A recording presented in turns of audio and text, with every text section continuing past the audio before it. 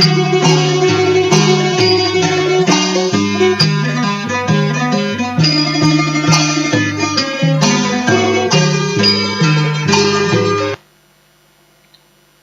้สาในปารมีธรรมพระเถระครูบาอาจารย์พระภิกษุสงฆ์สามเณรทุกตนทุกองค์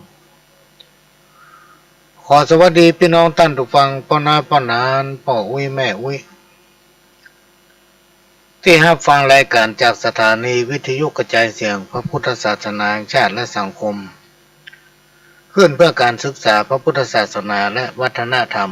FM 104.50 เมกะเฮิรตซ์จากวัดไฟหินวัดไฟหินตั้งอยู่หลังมหาวิทยาลัยเชียงใหม่ตำบลสุเทพอำเภอเมืองจังหวัดเชียงใหม่และก็ขอกราบขอบพระคุณทำลายสถานีที่ได้นำเอาเสียงรายการนี้เผยแผ่สู่พี่น้องท่านทุกฟังแถมสถานีหนึ่งต้องขอกราบขอบพระคุณท่านผู้อำนวยการทุกสถานีทำข้างหนึ่งดำเนินรายการโดยเข้ากับผมพ่อหลวงสว่างธาตุอินจันทร์ประธานเครือข่ายของทูลแม่ของแผ่นดินจังหวัดเชียงใหม่และ8จังหวัดภาคเหนือรองประธานศูนย์ประสานงานเครือข่ายของทูลแม่ของแผ่นดินจังหวัดเชียงใหม่และเป็นรองประธานศูนย์ประสานงานของทูลแม่ของแผ่นดินแห่งชาติก็มาพบปะพี่น้องท่านผู้ฟังเป็นประจำทุกวันอาทิตย์ตั้งแต่เวลาบ่ายโมงไปจนถึงบ่าย3 โมงแล้วก็5 โมงถึง6 โมงเมื่อไหร่2 รอบวันนี้ที่แรกก็คิดว่าถ้าจะไม่ได้พบปะพี่น้องท่านผู้ฟังอีกก้าเนาะ พอดีมีภาระหลายอันหลายอย่างพี่น้องท่านผู้ฟังมีชีวิตที่สัมพันธ์กับอาชีพก็เป็นอาชีพสาธารณะ บางคนพอหูว่ามีอาชีพสาธารณะนะถึงมาใกล้ก็จะได้นำเอาสาระสัพพะมาเล่าสู่กันฟังพี่น้องท่านผู้ฟังมาเปลี่ยนบรรยากาศหลังจากพี่น้องท่านผู้ฟังได้ฟังสาระสัพพะจากทางสถานีช่วงนี้ก็มาฟังขยมเก่านำเอาสาระธรรมกรรมเก่าข้าวห้ามแล้วก็สัพพะร้อยอ่านปันเรื่องจากประสบการณ์จากที่ได้ยินได้ฟังครูบาอาจารย์เพิ่นและหันว่ามีประโยชน์ก็นำมาเล่ามาสู่กันฟังสิ่งไหนที่ออกไปหันว่ามันมีคติก็ฝากไว้เนอะพี่น้องท่านผู้ฟังสิ่งใดที่ออกไปมันทำให้พี่น้องท่านผู้ฟังบ่ม่วนใจก็ฟังหูซ้ายกับหูขวาเอาละไว้ในวิทยุเนอะจะไปเก็บใส่อกใส่ใจก็ต้องขอสุมาภัยตัวแล้วก็สิ่งไหนที่ฟังแล้วมันมีประโยชน์นี่นะพี่น้องท่านฟังก็ฝากไว้ยินดีฝากไว้เป็นของฝากในวันอาทิตย์วันนี้ฝนตกพี่น้องท่านฟังตะคืนนี้ตกตลอดทั้งคืนมาหยุดเอาประมาณ8 โมงไม่เจ้าเนี่ยตอนนี้ครึ้มมากละแต่ถ้ามันตกเยอะดีเนาะมันมีลมมีฟ้าปกติถ้าฝนจะตกเนี่ยมันจะมีลมมีฟ้าห้องฟ้าคางน่ะแต่ตั้งแต่ว่ามันนี่มันมีฟ้าห้องมันมีฟ้าคางมันมีลมพายุอันนี้เป็นฤดูฝนแต่เรียกว่าเป็นฤดูฝน90% แต่ก็ฮ้อนจับยังอยู่ช่วงเนี้ยพี่น้องท่านผู้ฟังระมัดระวังยุงลายเมื่อเจ้านี่ได้ติดตามข่าวฟังข่าวมีคนป่วยเป็นไข้เลือดออกนี่เกินกว่า20,000 คนทั่วประเทศเขานี่นะที่นักก็มีที่บ่นักก็มีเนาะเพราะฉะนั้นต้องระมัดระวังเนอะพี่น้องท่านผู้ฟังถ้าบ้านไผ่มีมุ้งลวดเวลาเปิดก็ให้ปิดเวลาบ้านไผ่มีน้ำขัง เพราะว่าถ้าเป็นบ่อป่าเนี่ยป่ามันกินหรอกลูกน้ำยุงลายนะแต่ถ้าเป็นน้ำเปล่าๆเนี่ยตัวนอนมันเกิดยุงมันไปไข่ก็ไปสกคอท้ายอาเบ็ดจากอสมจากสาธารณสุขโรงพยาบาลส่งเสริมสุขภาพได้เอามาใส่ไว้เพื่อป้องกันตัวเก่าหักตัวเก่า อากาศมันเปลี่ยนถ้ามารักษาสุขภาพพี่น้องท่านผู้ฟังอายุมันยืน อายุมันยืนอันนี้ก็ด้วยความเป็นห่วงเอามาฝากใกล้จะเข้าพรรษาละพี่น้องท่านผู้ฟังยังนำประมาณ20 กว่าวัน27 28 วันวันที่1 สิงหาคม 2566ก็เข้าพรรษาละในปี2566คือเข้าพรรษาปีเนี้ยก็มีโครงการที่ไปทำบุญเข้าวัดโดยจะเริ่มตั้งแต่วันไหนเนี่ยได้จะมาแจ้งหูกรรมตอนนี้กำลังสืบอยู่ว่าจะไปวัดไหนดี ก็เป็นรอบนอกชนบทพี่น้องท่านผู้ฟังทั้งวัดก็ต้องได้จัดเต็มอย่างต้อนรับ จะไปแอวหาจะไปทำบุญสิ่งที่ทางวัดจะต้องเตรียมก็คือประวัติของวัดนะที่ผู้สื่อข่าวเพื่อถามสำหรับท่านที่จะร่วมเป็นเจ้าภาพอนุโมทนาบุญในการทำบุญของแต่ละวัดนั้นก็จะเชิญไปร่วมจะเชิญไปร่วมเขาจะไปกันมาหลายพี่น้องท่านฟังไปกันแบบง่ายๆคือไปทำภาระให้กับทางวัดก็จะไปเอี่ยวไปเยี่ยมให้กำลังใจผู้ที่ฟังธรรมวันพระวันศีลในช่วงเทศกาลพรรษาปีนี้เขาจะไปให้กำลังใจพี่น้องท่านผู้ฟังให้กำลังใจพ่อน้อยพ่อนานพ่ออาจารย์แก้วัดรวมไปถึงคนที่ปฏิบัติศีลภาวนาถือศีล 5 ศีล 8อยู่ที่วัดไปให้กำลังใจพระเถระครูบาอาจารย์ที่เปิ้นปฏิบัติศีลธรรมอยู่วัดการอยู่วัดเนี่ยพี่น้องท่านผู้ฟังมั่นใจอยู่ได้ง่ายๆถ้าคนแบบมีบุญแต่อยู่จะได้เมินนะพี่น้องท่านผู้ฟังต้องเป็นผู้ที่มีใจบริสุทธิ์ฮักศีลฮักธรรมพี่น้องท่านผู้ฟังเรียกว่าศีลธรรมอยู่ในจิตในใจเหมือนกับพระเจ้าองค์หนึ่งไม่แยกพรรคไม่แยกพวกไผจะเข้าหาก็ได้ถึงคนให้คนดีนะสมัยก่อนเนี่ยเมื่อครูบาอาจารย์ของพระหลวงเพิ่นมีชีวิตอยู่เพิ่นจะบอกว่าเฮาก็เหมือนพระเจ้าองค์หนึ่งใครจะมาหาก็ได้คนให้เข้ามาหาก็ได้คนดีเข้ามาหาก็ได้เพิ่นบ่แยกพรรคบ่แยกพวกโลกพี่น้องท่านผู้ฟังถ้าแม่นยิงไม้จะเป็นไผก็จ้างเนี่ยก็คืออุบาสิกาถ้าพอใจมากก็เป็นอุบาสกเข้าหาได้ทุกคนแล้วก็ได้ทุกเวลาพระเถระครูบาอาจารย์พระสงฆ์องค์เด่นคือลูกของเจ้าบ้านถึงหมดบอกว่าที่ไหนพี่น้องท่านผู้ฟังเป็นพ่อออกแม่ออกเป็นพ่อเป็นแม่ของพระสงฆ์องค์เน้นนะในสมัยก่อนน่ะเมื่อพระหลวงเป็นเน้นเนี่ยเขาจะไปหลายที่หลายตังพี่น้องท่านผู้ฟังไปไหนก็มีพ่อมีแม่ฮะน่ะ คือว่าเขาไม่ได้นึ่งข้าวแยกกินไง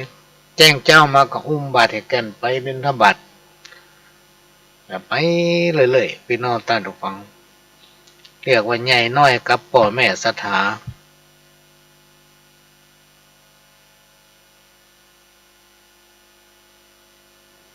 แล้วก็บัดลืมเนอะพี่น้องท่านผู้ฟังต้องฮอดจนต้องฮอดวันเนี้ยจึงบัดลืมก่อนจะรับจะนอนก็ไหว้พระสมทานตัวเก่าว่าเพื่อแผ่บุญทั้งหลายที่เขาเกิดมาเป็นคนบุญปารมีแต่ชาติเนื้อปังหลังและชาตินี้ที่เขาสั่งสมมาขอให้เจ้ากรรมเจ้าเวรบรรพบุรุษปู่ย่าตายายพ่อแม่เทพบุตรเทวดาผีบ้านผีจองผีหอผีเฮือน รวมมาถึงผู้ดำเนี่ยดำพี่น้องต้านทุกฝังผู้ดำเนี่ยดำนี่เขาละถึงได้เนาะเพราะถ้าไม่ผู้ดำเนี่ยดำเนี่ยเขาไม่ได้ใหญ่กันพี่น้องต้านทุกฝังมา30 ปี40 ปีก่อนเนี่ยโอ้คนมันเชื่อถือกันขนาดข้อห้ามเปิ้นมีนะถ้าเอาหอบหลัวขึ้นบนบ้านบนเฮือนเปิ้นเพื่อเอาจงในขณะที่เรากำลังก่อไฟหรือว่าดังไฟสุ่มไฟเนี่ยก่อไฟเนี่ยเปิ้นกับเฮือเอาตีนเนี่ยไปเขี่ยกองหลัวไปยู่ไม้หลัวเปิ้นว่ามันดีนะถ้านึ่งเข้าไปแล้วปรากฏว่าเข้านั่นแดงอีน่ะพี่น้องต้านฟังเปิ้นจะไปตานที่วัดมันจะไปตานที่วัดคนตะกอนนี้เปิ้นถือที่สุดเลยเวลาจะเนี่ยยังจะไปที่ไหนรวมมาถึงจะปลูกกัวให้กัวสวนนี่นะเปิ้นจะกำเข้ามองหัวมือไปวางที่ก้นเศร้าไปบอกให้ผู้ดำอย่าดำว่าวันนี้จะเนี่ยยังขอคุ้มครองรักษาดูแลบ้านจองสมัยก่อนนี่คนมันก็ป้อนนักตัวเพศภัยอย่างตั้งหลายอันตรายอย่างตั้งหลายมันก็ไม่ค่อยมีเกิดเหมือนปัจจุบันพี่น้องท่านผู้ฟังปัจจุบันนี่คนมันนักเพิ่มขึ้นมาเป็นหลายเท่าเพราะฉะนั้นอุบัติเหตุอุบัติภัยจากคนอุบัติภัยจากการเดินรถเดินเรือก็นักขึ้นนะนักขึ้นและมันก็ตันสมัยนะพี่น้องท่านผู้ฟังในยุคเนี้ยทันสมัยได้ติดตามข่าวมีแผวยานที่จะนำคนมนุษย์บนโลกของเขาเนี่ยไปเอี่ยวท่องเที่ยวทัศนาจรบนดาว บนอวกาศได้พี่น้องท่านผู้ฟังจะไปดาวอันอย่างเนี้ยแต่ว่าการโดยสารมันแพงเนอะเป็นหลาย10 ล้านเป็นหลาย10 ล้านต่อคนนะต้องเป็นมหาเศรษฐีแท้ๆถึงจะไปได้เหมือนกับที่เปิ้นลงเรือดำน้ำและไปดูเรืออย่างที่จมในมหาสมุทรก็ปรากฏว่าเรือลำนั้นไประเบิดในท้องมหาสมุทรตายเหมือนกันทั้งหมดนักการโดยสารก็เป็น100 ล้านพี่น้องท่านผู้ฟังความทันสมัยของยุคปัจจุบันเนี่ยกับแต่ก่อนเนี่ยมันแตกต่างกันนักโดยเฉพาะโทรศัพท์เนี่ยโทรศัพท์ตะกอนกับประเดี๋ยวมันจะเหมือนกันลูกพี่น้องท่านผู้ฟังตะกอนนี่อยู่ในโทรหันเนาะเขาอยู่ที่บ้านเขาน้อยโทรว่าโอ้ประเดี๋ยวนี้เขาอยู่เมืองเป้าอีกก็ได้หรอกพี่น้องท่านผู้ฟังบางทีเขาอยู่แถวแม่ริมเนี่ยเขาจะบอกว่าประเดี๋ยวนี้เขามีโดยสเก็ตไม่น่าถ้าเป็นสมัยก่อนนี่มันได้หมดโอ้มันมาอยู่ตั้งแต่มีโดยสเก็ตแต่ในยุคปัจจุบันเนี่ยพี่น้องท่านผู้ฟังโทรศัพท์เนี่ยมันบอกคือเปิดหมด ว่าคนที่ห้าบเนี่ยอยู่ที่ไหนอยู่ที่ไหนจ้องไหนมุมใดบอกแผนที่เสร็จเนี่ยมากับเฟซกับไลน์เนี่ยพี่น้องท่านผู้ฟังถ้าเข้าใจให้มันเกิดประโยชน์มันจะมีประโยชน์อย่างมากมายมหาศาลแต่ถ้าเอาใจมันเจติก็เป็นภัยอย่างมหันต์กับคนเฮาพี่น้องท่านผู้ฟังในยุคปัจจุบันเนี่ยคนมันนักเมื่อมันมีคนนักการศึกษาก็พัฒนาก้าวไกลไปเรื่อยๆจนเฮารุ่นเก่าๆในโตยบัดตันเมื่อมันมีการพัฒนาไปไกลไปตามโลกตามยุคตามสมัยพี่น้องท่านผู้ฟังอย่างมันก็เปลี่ยนไปหมดภัยอย่างตั้งหลายเนี่ยที่มันเคยเกิดกับอุบัติขึ้นเพราะน้ำมือฝีมือของคนเฮาเนี่ยนะอันนี้ก็เป็นสิ่งที่นำมาฝากมาเล่ามาอู้สู่กันฟังว่าในยุคปัจจุบันกับแต่ก่อนมันใช่เหมือนกันพี่น้องท่านผู้ฟังมันเหมือนกันเขาจะไปถือหีบเก่าคนเอากำเก่านี่มาได้ฝากซื้อประกาศสังมัดเอา5 บาทมามีแล้ว อาหารทุกอย่างพี่น้องท่านผู้ฟังแต่ก่อนนี่เขาเคยซื้อ10 บาทสมมติเขาเนี่ยการวันละ30 บาทเขาจะเบิกสตางค์วัน15 บาทลูกพี่น้องท่านผู้ฟัง 15 บาทนี่ใจกินได้วันค่ำนะเนาะประเดี๋ยวนี้100ยังพอกินถ้าเอามีสตางค์สักปันเนี่ยเขาไปเติมน้ำมันรถเนี่ยก็เดือซื้อกินอันนั้นอันนี้เนี่ยหมดเรื่องเป็นนอนตาดูฟังเพราะอันยังเพราะมันเป็นไปตามการสมัยเป็นไปตามยุคคนมันนักขึ้นอันอย่างต่างๆก็ลดน้อยลดค่าลงไปพี่น้องตาดูฟังมีอยู่วันหนึ่งเป็นนั่งอยู่ที่หน้าอากาศบริบูรณ์เอารถไปแปลงเอารถไปเข้าอู่ไปซ่อมติดร้านใช้มอเตอร์ของไอ้น้องโอ้เพิ่นมีความชำนาญทุกอย่างเลยคิดว่าสตาร์ทเครื่องมาเพิ่นฟังดูก็เดียวเพิ่นก็ฮู้ว่ามันต้องแปลงอันนั้นแปลงอันนี้ย่านนั่นนี่ก็ดีทุกครั้งขณะที่นั่งอยู่หั่นได้น่าจะวันค่ำเอารถมันวิ่งถนนสายกว้างผ่านสี่แยกกว้างสิงห์นะกั้นไฟแดงออกมากำเนี่ยมันติดยาวไปเป็นกิโลบ่พี่น้องท่านทุกคนรถมันนักตึงมาขาดถนนเขาว่าอย่างนักแต่นักว่าคนไหนก็กันคนไหนก็กันเนาะรถโดยสารเขายังบ่นับ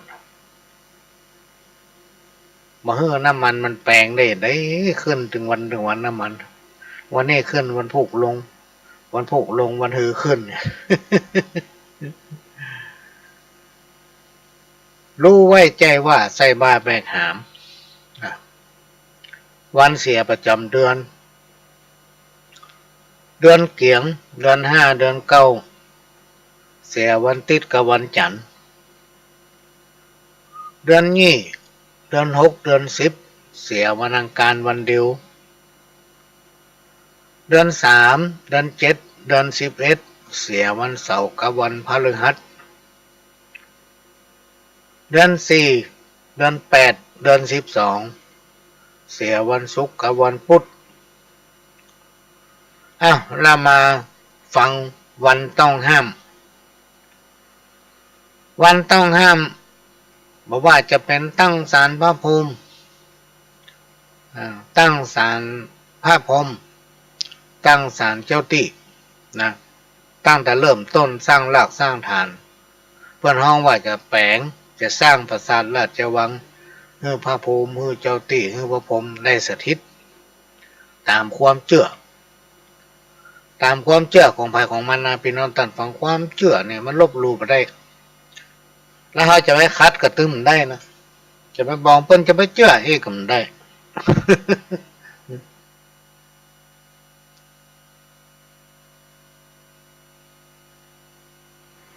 มันเป็นความเชื่อที่ลบลู่ไปได้ที่น้องต้นฟังลบลู่ไปได้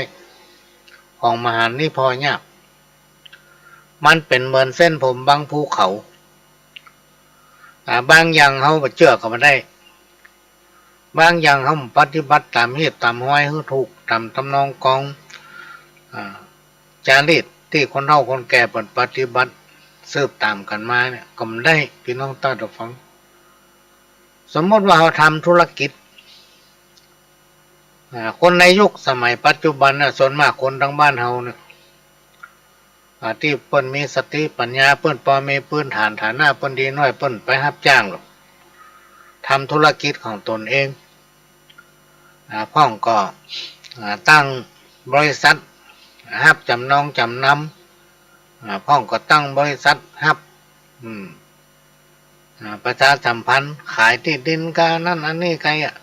เป็นนายประกันก็พี่น้องตาเดือดฟังมีหันหมดพ่องก็ทำอาชีพขายสินค้าสปะโดยเฉพาะสินค้าที่กำลังฮิตตอนนี้คือสินค้าทางออนไลน์เนี่ยถ้าใครต้องการอย่างสั่งไปจ่ายเงินปลายทางอย่างเงี้ยเป็นต้นบางพ่องก็เป็นเอเจนต์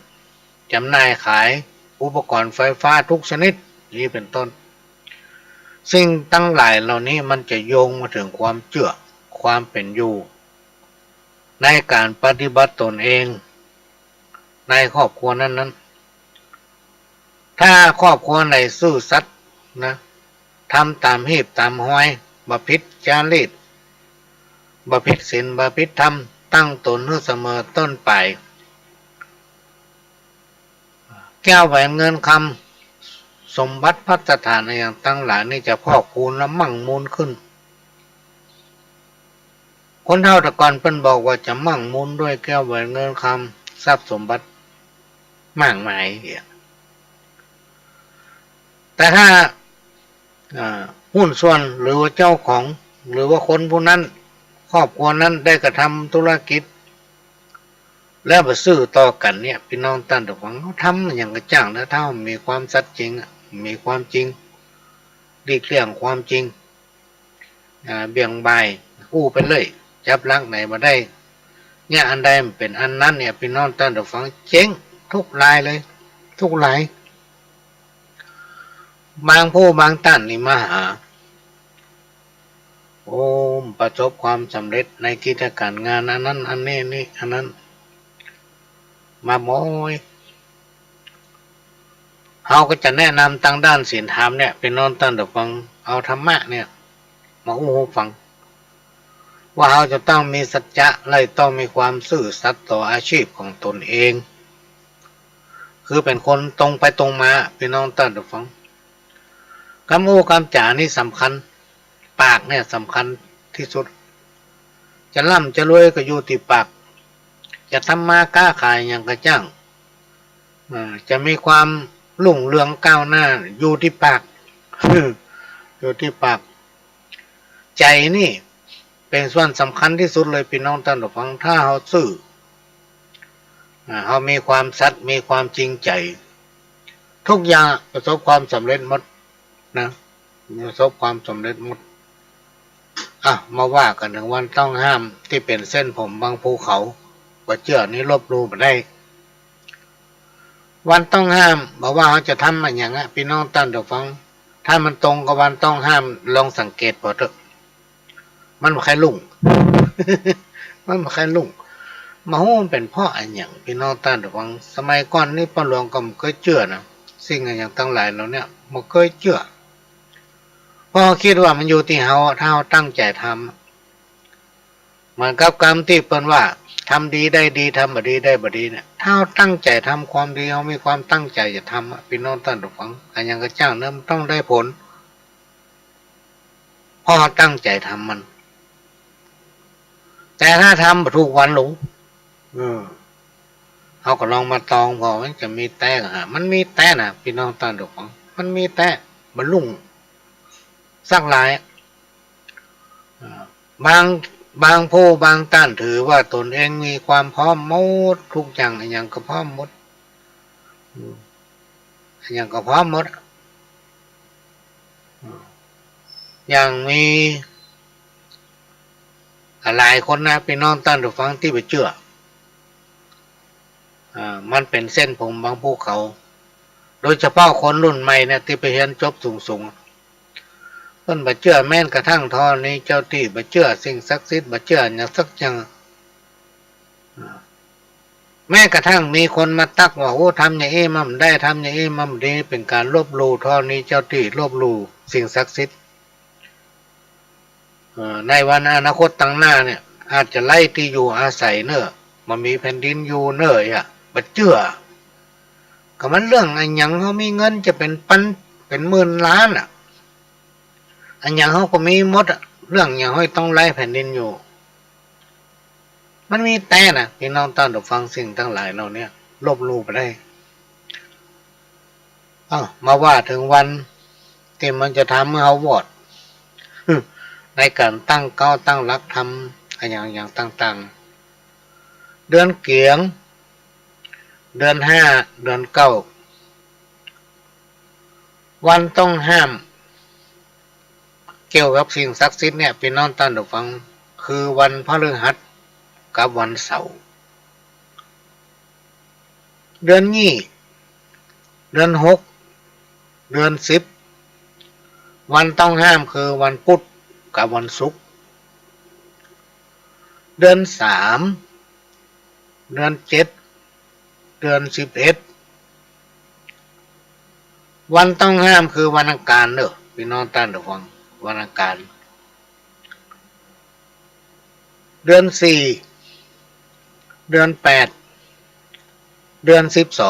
12วันต้องห้ามคือวันจันทร์วันจันทร์วันเดียวเนี่ยก็หูไว้ใจว่าซาบาแปลงหามอันนี้ก็มาเล่าให้ฟังพี่น้องท่านผู้ฟังมาให้ฟังมีหลายผู้หลายท่านพี่น้องท่านผู้ฟังบางผู้บางท่านเพิ่นอยู่ต่างจังหวัดอยู่เป็นคนประเทศเขาเนี่ยแต่อยู่ภาคอื่นแต่ละภาคมันจะเหมือนกันนะพิธีพี่น้องท่านผู้ฟังอย่างภาคใต้เนี่ยมันบ่เคารพนับถือเต้าทั้งสี่บ่เชื่อในท่อนี้เจ้าติอย่าเอายกเสาเอกเสาโทเนี่ยในสมัยก่อนโบราณเนี่ยพี่น้องท่านผู้ฟังตั้งแต่เขาเป็นละอ่อนถ้าเรามีความสนใจให้ศึกษาว่าเพิ่นเนี่ยได้พ่องขุดหลุมเสาเนาะเพิ่นจะถอนในสมัยก่อนนะแล้วก็โตของผู้มาเจ้าเพิ่นจะยกเสาเพิ่นไปแจ้ขุดวันนี้นะยกวันนี้นะพี่น้องท่านฟังเพิ่นจะขุดเถววันแล้วก็ยกของมันก็จะมีพ่ออาจารย์มาขึ้นเต่าตั้งสี่จะเอาก้านกล้วยกับกล้วยต้นอ้อยมะพร้าวเนาะมามัดน้ำก็ไม่ทมปล่อยผมยกขันตั้งบางที่บ้านแห่งต้นแปลงขันตั้งไว้ที่บ้านหลังนั้นเพื่อสลาดเป็นคนรักษาเอาไว้ในที่ห่มไว้ในที่ดีน้อยเขาจะพอเปิ้นแต่ต่อมาก็มีการพัฒนาพี่น้องตั้งแต่ฟังห่มต้องเนี่ย2 วันแล้วบางทีเปิ้นขุดหลุมวันนี้เขาก็ต้องไปเตื้อไม่ต้องไปถอนเตื้อก็หาวันดีๆวันนี้จะยกเสาเองเลยเขาก็ลวดเอาวันนั้นแหละพี่น้องตั้งแต่ฟังแปลงสตวงไปตุยอันที่1สตวงพญานาคพร้อมกับของมงคลอย่างต่างๆเนี่ยสตวงพญานาคคือตอนนี้เจ้าตีอย่างเตปาฮักติฮักสารยังแผ่นดินผืนนั้นเป็นการไปแจ้งไปบอกไปกล่าวพร้อมกับเอาของมงคลวัตถุมงคลเป็นแผ่นเงินแผ่นนาคแผ่นทองเนี่ยใบไม้มงคลใบหนุนใบแก้วใบเงินใบทองเนี่ยใบโจกไม้มงคลก็มีไม้9 ชนิดรวมไปถึงอิฐเงินอิฐทองรวมไปถึงตลับพลอยเนาะแก้วแหวนเงินคำใส่ลงไปในสมัยก่อนนั้นพี่น้องท่านผู้ฟังสตวงพญานาคเนี่ยเพิ่นจะเอาผ้าขาวเม็ดหนึ่งปูได้หลุมมันผ้าขาวเม็ดหนึ่งปูในหลุมมันแล้วสตวงของพญานาคและธรณีเจ้าที่ไปวางในหลุมมันทำพิธีเสร็จเรียบร้อยเพิ่นก็จะเอาผ้าขาวนั่นหอบขึ้นมามัดลาไว้ที่ตีนเสาพี่น้องท่านผู้ฟังและต่อมาก็พ่อหลวงก็มาพิจารณาว่ามันต้องใช้ผ้าที่ขาวสะอาดเป็นผ้าที่บริสุทธิ์แล้วไปใส่ในดินถมโอ้น่าเสียดาย ผ้าขาวสะอาดมันมีค่าของมันเนาะเป็นผ้าที่บริสุทธิ์ก็เลยมาพิจารณาถ้าเอามาทำเป็นแตะพี่น้องท่านผู้ฟังขนาด25 เซนน้อยเหลือไม่บรรทัดน้อยความยาวแล้วสตวงเขาวางหั่นเอาไม้ตอกเนี่ยเป็นขา4 ขาขึ้นไปแปลงดอกประดับให้มีความสวยงามพร้อมเป็นสิ่งที่เรานำบูชาเนาะแล้วก็ลวดทำพิธีถอนในเวลาเดียวกันก็ใส่ลงไปตั้งเหนือหลุมเสา ในหลุมเนื้อเสาเนื้อไส้เสาเนื้อต้นของเสาโดยบอกกล่าวเจิญเตปาฮักทั้งหลายท่อนี้เจ้าที่ลูกค้าเทวดาที่รักษาญาแผ่นดินพื้นนั้น มาเป็นพยานมาเป็นสักขีพยานในการกระทำพิธีในกาลวันนั้นน้ำชมเม็ดชมปล่อยเม็ดพืชดอกดาวเรืองที่คนในยุคปัจจุบันเนี่ยเป็นนิยมกันเพื่อความเจริญรุ่งเรืองเนาะก็โรยเอาผมในคณะที่ทำพิธีแล้วก็ถมถึงหมดนั่นนะก็เลยมาพลิกแพงเป็นอย่างนี้พี่น้องต่างตัวฟังก็แล้วก็มาตองพอว่าเรามาทำอย่างนี้แล้วมันจะมีผลจะได้ต้องดูผลมันตัวนะพี่น้องต่างตัวฟังเพราะว่าทุกอย่างมันจะมีเหตุแล้วก็มีผล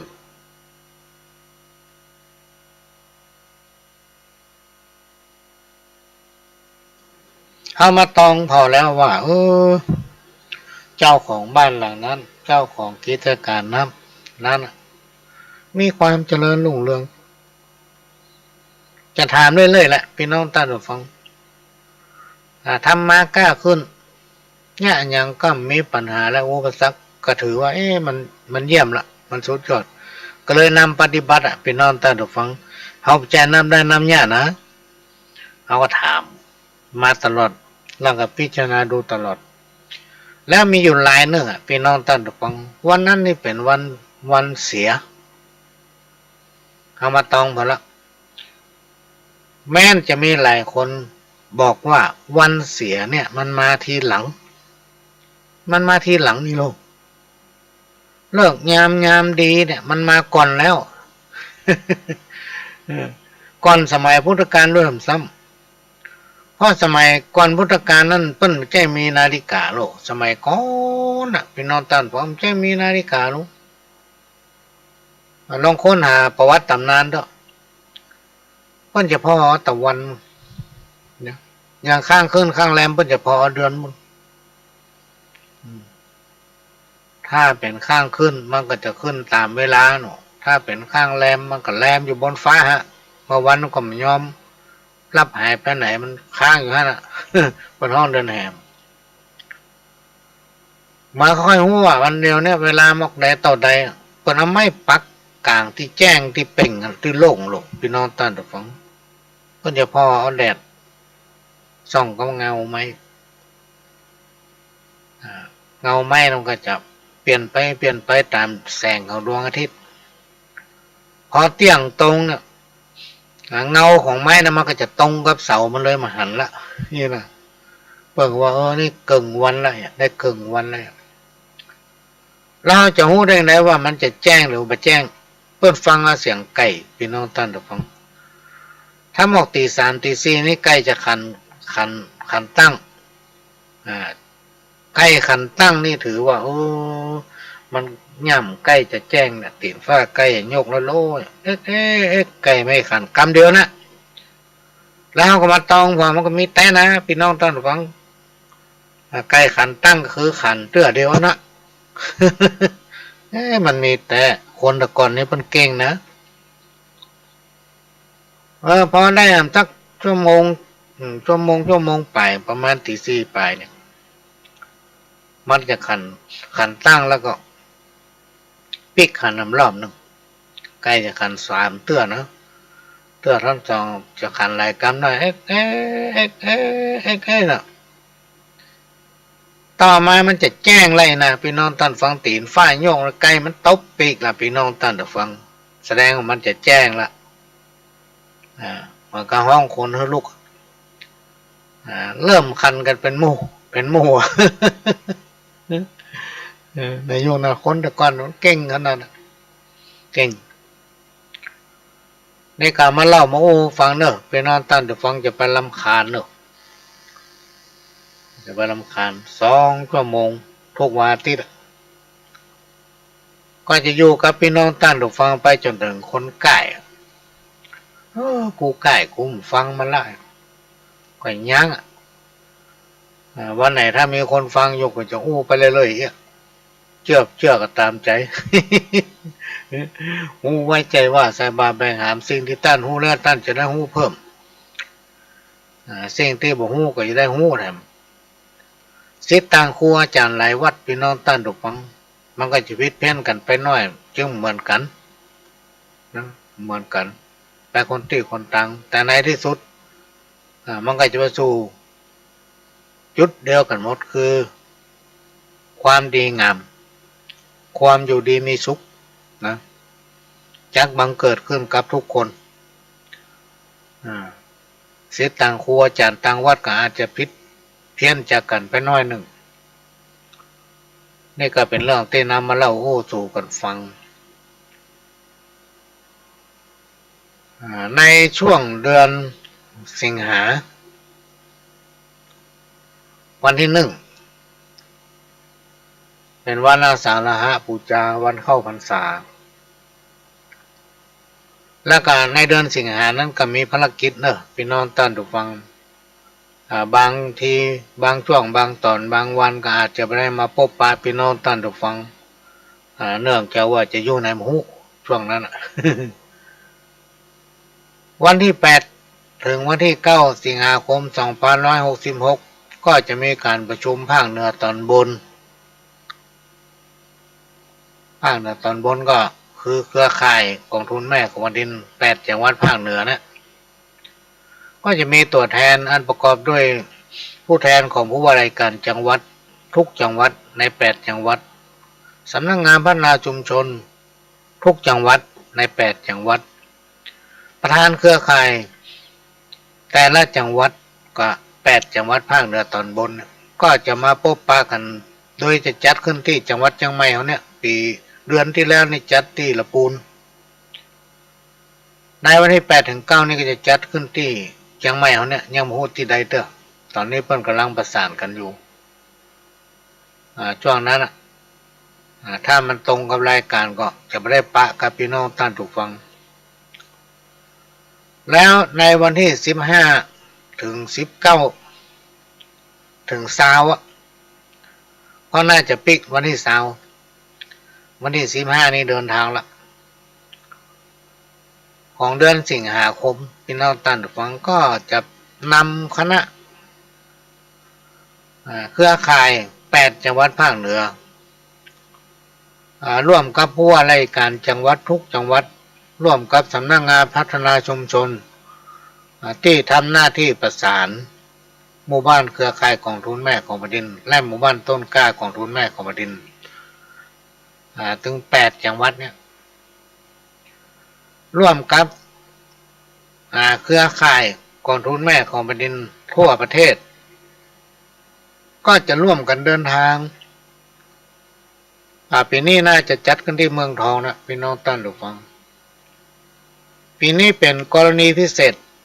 เป็นหน้าบุญของทุกท่านที่เดินทางร่วมกันไปตั้งแต่วันที่15จนถึงวันที่20สิงหานะปีนี้ถือว่าเป็นเกียรติเป็นบุญวาสนาของชะตาชีวิตที่เขาเกิดมาถึงเตื้อด้วยได้รับการโปรดเกล้าเมตตาจากองค์พระบาทสมเด็จพระเจ้าอยู่หัวและสมเด็จพระนางเจ้าพระบรมราชินีนาถเสด็จเพื่อเข้าเฝ้าแต่ว่าเขาจะไปแจ้งว่าเป็นวันอย่างที่อย่างนี้นะที่กรุงเทพมหานครช่วงนั้นก็จะมีที่5พี่น้องท่านผู้ฟังก็เป็นหน้าบุญที่ยิ่งใหญ่ที่ได้เข้าเฝ้าพระบาทสมเด็จเจ้าอยู่หัวและสมเด็จพระนางเจ้าพระบรมราชินีนาถอันนี้ก็เป็นสิ่งที่นำมาบอกเขาฟังว่าเป็นเกียรติเป็นหน้าบุญขนาดที่มีโอกาสได้เข้าเฝ้าอันนี้ก็ขณะนี้พี่น้องท่านผู้ฟังก็กำลังรับฟังรายการสาระสัพพะร้อยอ่านปันเรื่องจากทางสถานีวิทยุกระจายเสียงพระพุทธศาสนาแห่งชาติและสังคมขึ้นเพื่อการศึกษาพระพุทธศาสนาและวัฒนธรรม FM 104.50 เมกะเฮิรตซ์จากวัดไฝหิน FM 104 0.50 เมกะเฮิรตซ์วัดไฟหินเนี่ยพี่น้องท่านผู้ฟังเป็นแม่ข่ายลับที่นำเอาสาระสปะร้อยอันปันเรื่องมาออกอากาศให้พี่น้องท่านผู้ฟังได้รับฟังกันนะก็จะสรรหาเอารายการธรรมะที่ดีๆที่ฟังแล้วเข้าใจง่ายสามารถนำปฏิบัติได้จากคนที่เปิ้นปฏิบัติแล้วได้รับความสำเร็จเอามามาเล่าสู่กันฟังถ้าไผ่นำไปขยายผลก็ได้บุญพี่น้องท่านฟังได้บุญเพราะฉะนั้นสถานีก็มีความจำเป็นที่ต้องทนุบำรุงเพื่อจะเป็นตัวแทนเป็นสื่อลิงเอาสัญญาณธรรมะข้อปฏิบัติดีๆมาออกอากาศเพื่อพี่น้องท่านผู้ฟังได้ฟังกันก็บ่รบกวนอย่างนักพี่น้องท่านผู้ฟังสตางค์ที่ท่านเหลือจ่ายสมมติว่าวันเนี้ยเรามีสตางค์10 บาทจ่ายพละเสี่ยง8 บาทเหลืออยู่2 บาทก็จ้อมออมสินไว้พี่น้องท่านผู้ฟังในฐานะที่เราทุกคนเป็นเจ้าของสถานีร่วมกันเนี่ยพอสิ้นเดือนกับโบออมสินแหละได้40-50 บาท100 บาทก็เอาไปบริจาคเพื่อตั้งสถานีจะได้นำเอาสตางค์อันนั้นจากคนนั้นน้อยคนนี้น้อยมารวบรวมกันแล้วไปทนุบำรุงสถานีต้องใช้สตางค์พี่น้องท่านฟังเพื่อเป็นการน้ำกับไฟแล้วก็เอาซ่อมบำรุงถ้ามีการซ่อมบำรุงก็เดี๋ยวมันรู้โซ่อะไรอะไรก็ปะในเมื่อเป็นสถานีของพี่น้องคนฟังทุกท่านเราจะต้องช่วยกันอันนี้ขอฝากไว้เนอะพี่น้องท่านผู้ฟังท่านประจำเป็นต้องไปที่วัดฝ่ายหินก็ได้ไปที่ธนาคารไหนก็ได้หมดไปบอกเพิ่นว่าขอโอนสตางค์เข้าธนาคารกสิกรไทยสาขาถนนสุเทพเพื่อจะทนุบำรุงสถานีนะก็จะบอกหมายเลขบัญชีหำเตือนนึงพี่น้องท่านผู้ฟังเตรียมประกาศจดเนอะถ้าท่านไปบริจาคแล้วถ้าจะกรุณาก็แจ้งมาทางรายการได้รายการหนึ่งหรือว่าแจ้งมาที่รายการของพ่อหลวงเนี่ยคณะที่จัดรายการท่านสามารถโทรมาได้ที่หมายเลข053-110-638คณะที่จัดรายการนะถ้าท่านโทรมาก็ออกวิทยุบางคนก็มาไข่เพื่อเสียงตัวเก่าออกวิทยุก็แล้วแต่ก็โทรมาได้ในคณะที่จัดรายการเนอะ053-110-638มือถือท่านก็สามารถส่งไลน์มาได้ถ้าโทรนี่มันล่ำได้ครับเพราะว่าภารกิจมันหลายอันหลายอย่างบางทีไม่ได้ไปไหนแต่บอกว่างพิมพ์หนังสืออยู่ในห้องเขียนนั่นเนี่ยอันนี้มันถึงวันเนี่ยพี่น้องท่านฟังตื่นเจ้ามาจนถึงค่ำบางวันนี่มันได้นอนแค่นอนไม่ได้นอนอันนี้เป็นภารกิจหมายเลขบัญชีธนาคารกสิกรไทยสาขาถนนสุเทพ471-274-927ถ้าบริจาคแล้วก็โทรมาจะได้แจ้งประชาสัมพันธ์เถอะก็ปะกันทุกวันอาทิตย์พี่น้องท่านผู้ฟังตั้งแต่เวลาบ่ายโมงถึงบ่าย3แล้วก็5 โมงถึง6 โมงแล้วก็เป็นประจำทุกวันพฤหัส3 ทุ่มถึง4 ทุ่ม3 ทุ่มถึง4 ทุ่ม9 โมงเมื่อคืนถึง10 โมงเมื่อคืนพี่น้องท่านผู้ฟังก็มาติดตามรายการนี้ได้ทุกวันพฤหัสเป็นประจำทุกวันเสาร์ตั้งแต่เวลา4 โมงถึง6 โมงแมลงก็มาพบปะกันทางสถานีวิทยุแห่งนี้ถ้าบัติดภารกิจมามีงานอย่างก็จะพยายามบักขาดพี่น้องท่านผู้ฟัง พยายามบักขาดแต่ว่าไม่ได้ไปห้องส่งสถานี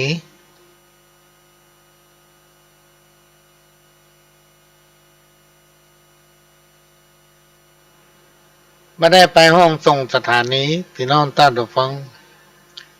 ก็ได้รับการอนุเคราะห์เมตตาจากท่านผู้อำนวยการสถานีวิทยุ FM 104.50 เมกะเฮิรตซ์วัดไฟหินท่านผู้อำนวยการได้ให้การอนุเคราะห์เมตตาเข้ามาอยู่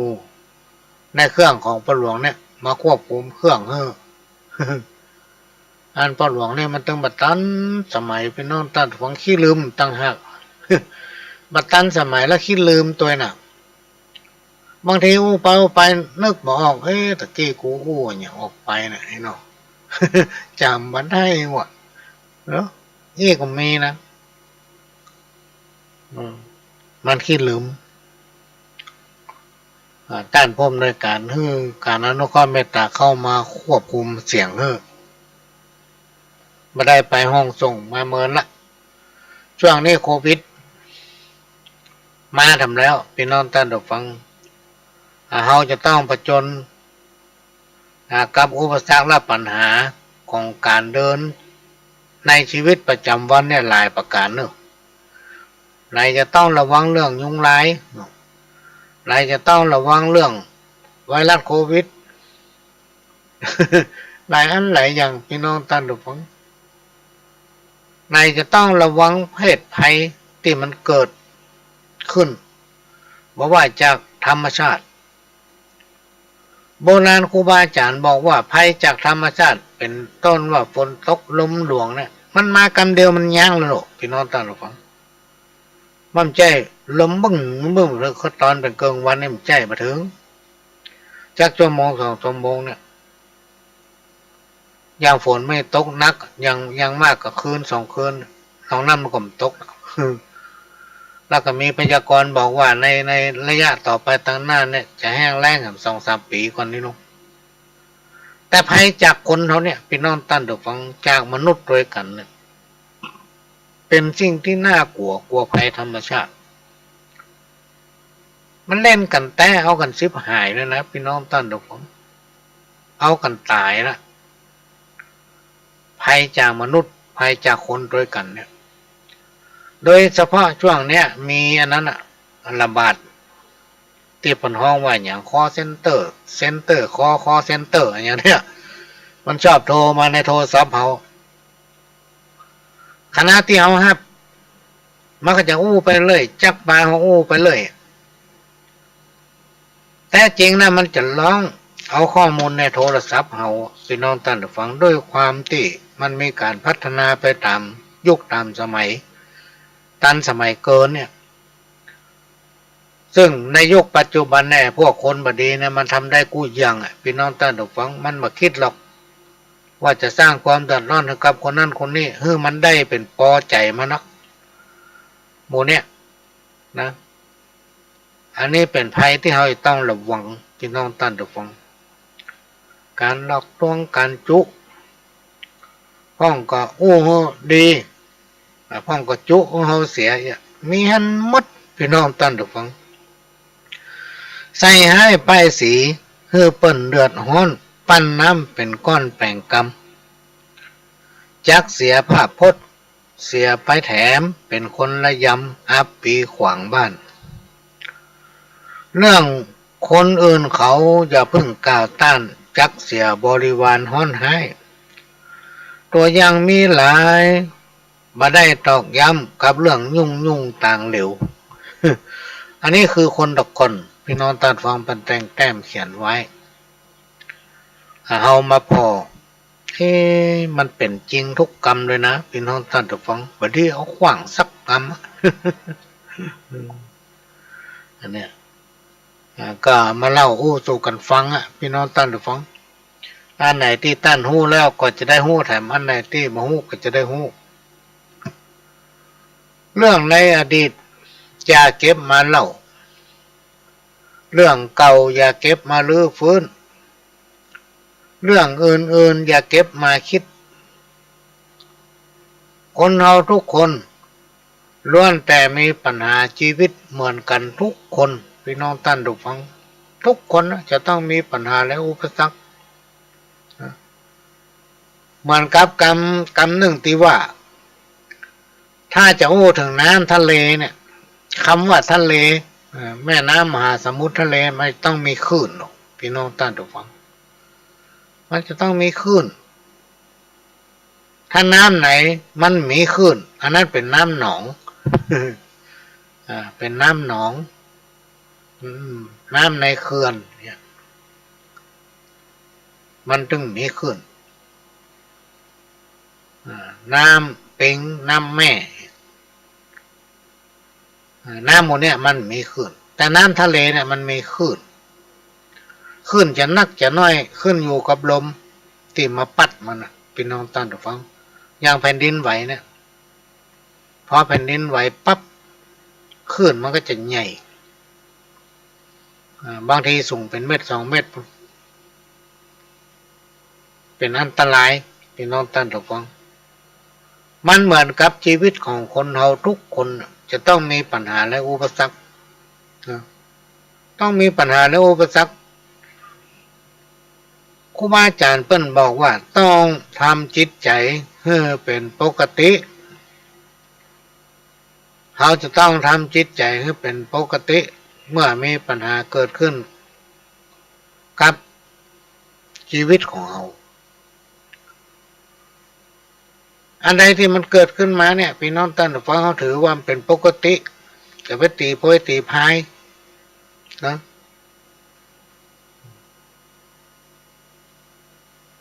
ใจสติปัญญาเนี่ยพี่น้องท่านผู้ฟังศึกษากับมันแล้วก็ค่อยแก้ไขไปนะคำเดียวมันก็แก้ไขได้อันอย่างทุกอย่างพี่น้องท่านผู้ฟังที่มันเกิดขึ้นมันย่อมดับไปนะอันใดที่มันเป็นปัญหาคำเดียวมันก็หายไปทุกคนน่าจะต้องพบปะกับปัญหาและอุปสรรคนี่ป้นสักคนมันเป็นธรรมดาพี่น้องท่านผู้ฟังที่วิถีชีวิตของเขาจะต้องพบต้องปะและทุกอย่างในโลกของคนมนุษย์เขาเนี่ยมันบัจีรังยั่งยืนสร้างอย่างมันบัจีรังยั่งยืนมีความเป็นมาในเบื้องต้นมีความแปรผันในท่ามกลางและในที่สุดก็แตกสลายเหมือนกันทุกคนมันกับกรรมในทางพุทธศาสนาเพิ่นบอกว่ามนุษย์สะมนุษย์โสมนุษย์สะมนุษย์โสคือตัวเป็นคนจิตใจมันก็เป็นคนมนุษย์สะเปโตตัวเป็นคนแต่ใจมันมืดมนมีใจเป็นเปรตพี่น้องท่านผู้ฟังเป็นเปรตมนุษย์เดรัจฉานโนมีตัวตนเป็นคนแต่มีจิตใจเป็นสัตว์เดรัจฉานใจเป็นสัตว์มนุษย์สะเทโวมีตัวตนเป็นคนและมีจิตใจหรือจิตสำนึกเป็นเทวดา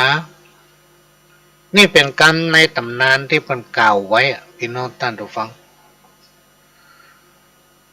มนุษย์โลกนี้มากมีทรัพย์สนตัวในสากลมีจนล้นห้องตั้งเผ่าพันธุ์มีเผ่าพันธุ์หลากหลายซื้อขายนุ่งย่องข่าวเหลืองเนืองนองแต่งซ้ำมีตัวโคงป่าดงปงน้ำตามเขตถ้ำยังมีกันจะแก้ใกล้แยกไซเอาสีก็หันว่ามีมนุษย์สี่ห้อง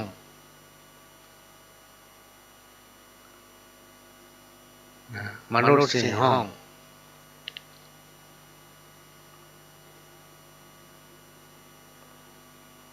มนุษย์หนึ่งนั้นคือมนุษย์โสมีจิตใจเป็นธรรมโมมีธรรมะด้วยชอบกินชอบทานข้าวหวานน้ำกล้วยของอื่นตัวพ่ำพร้อมฮักเปิ่นบ้านลานจองบ่มีขี้โม้อวดใหญ่โตพยองซ้อเฮหาเงินทองต่ำกองจะได้ซ้อหากินเลี้ยงไส้สืบวันไปจุมือบันโลบของเงินคำจ่ายซื้อเป็นของเปิ้นฮื้อ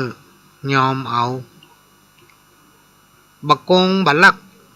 หลีกเลี่ยงบุบตีถอยหนีเรื่องข้ามีการุณาเอื้อเฟื้อใจนึกถึงตัวยังกลัวเจ็บเนื้อทุกเมื่ออั้นวันคืนนะอันนี้มนุษย์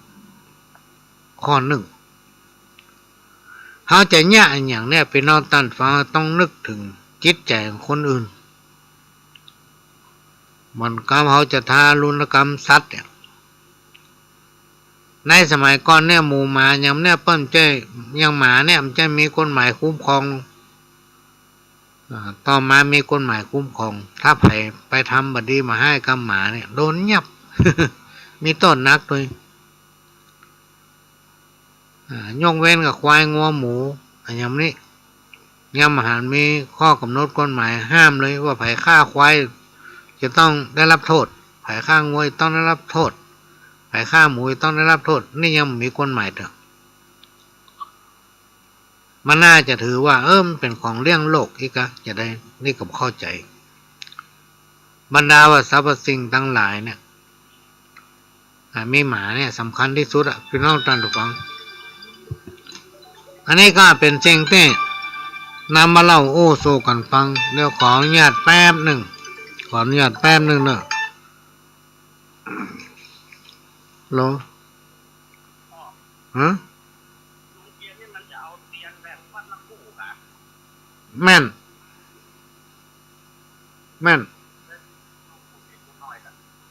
เอากู้หมกปองงามเนี่ยกันลูกสองเจ้าก็มีการทำบุญตักบาตรภาคกลางวันก็มีอบรมศีลธรรมตอนค่ำเริ่มตั้งแต่4-5-6 โมงเป็นต้นไปก็มีการเวียนเทียนแล้วก็ฟังเทศน์วันวิสาขบูชานั้นเป็นวันประสูติตรัสรู้และปรินิพพานตรงกันเลยพี่น้องท่านผู้ฟังในวันเดียวกันแล้วทำสิ่งหนึ่งก็คือเป็นวันที่พระองค์ได้นำธรรมะคำสั่งสอนเนี่ยพี่น้องท่านผู้ฟังกับสาวกอย่างทั้งหลายเนี่ยพระสาวกอย่างทั้งหลายนี่ก็เอามาปฏิบัติสืบตามกันมาสืบสานเจตนามาจนถึงยุคปัจจุบันตั้งแต่ในสมัยนั้นมาจนถึงวันเนี้ยนะวันเนี้ยเลยถือเป็นวันสำคัญของโลกทั่วโลกยอมรับว่าธรรมะอันเป็นคำสั่งสอนขององค์พระสัมมาสัมพุทธเจ้านั้นสอนให้คนฮักกันทำให้คนฮักกันทำให้คนฮักกัน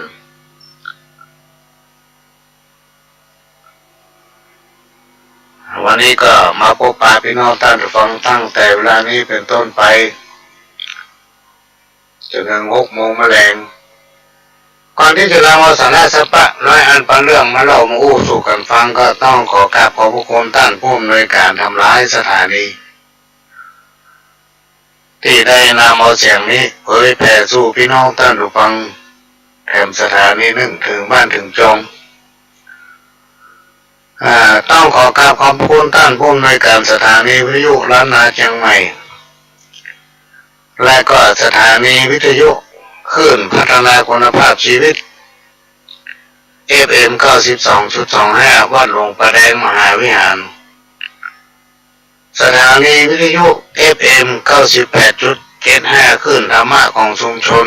วัดห้วยตองซักตำบลขวางเปาอำเภอจอมทองจังหวัดเชียงใหม่สถานีวิทยุมนต์เสียงธรรม 106.25 วัดบูพารามอำเภอแม่แจ่มจังหวัดเชียงใหม่ที่ได้นำเอาเสียงรายการนี้เผยแผ่สู่พี่น้องท่านผู้ฟังก็ต้องกราบขอบพระคุณเป็นเวลาหลายปีมาละที่ได้รับการอนุเคราะห์จากท่านที่เคยนำมาแล้ว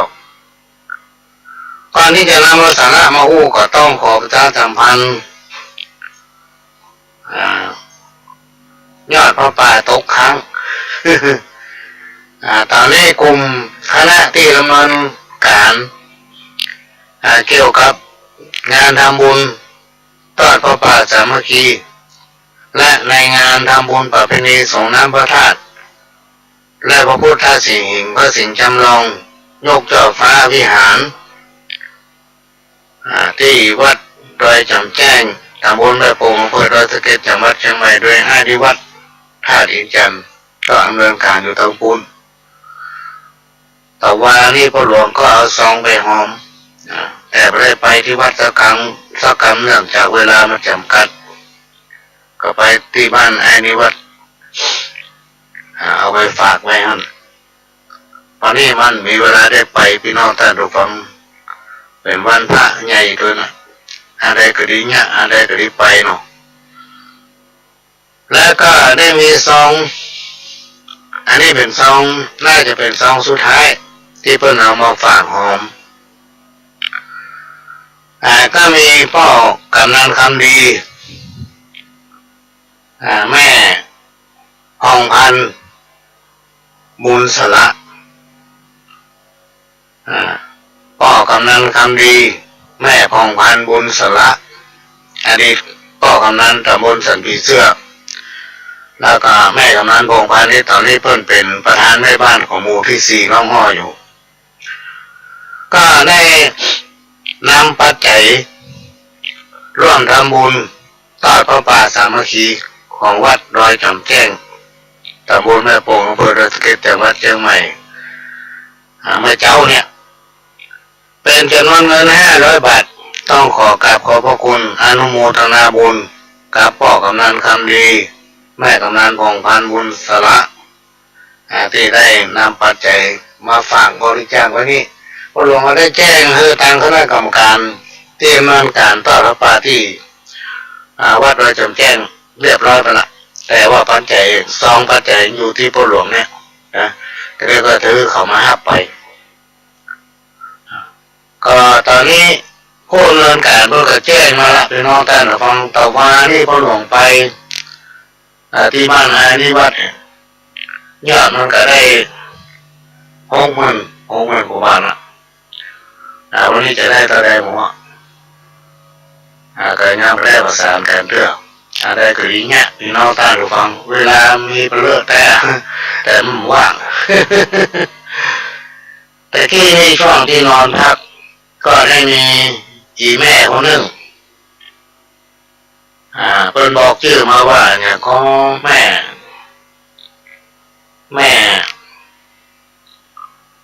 ร่วงก็ว่าแม่ด้วนอีกอะแม่บ้านเลยอะเถอะ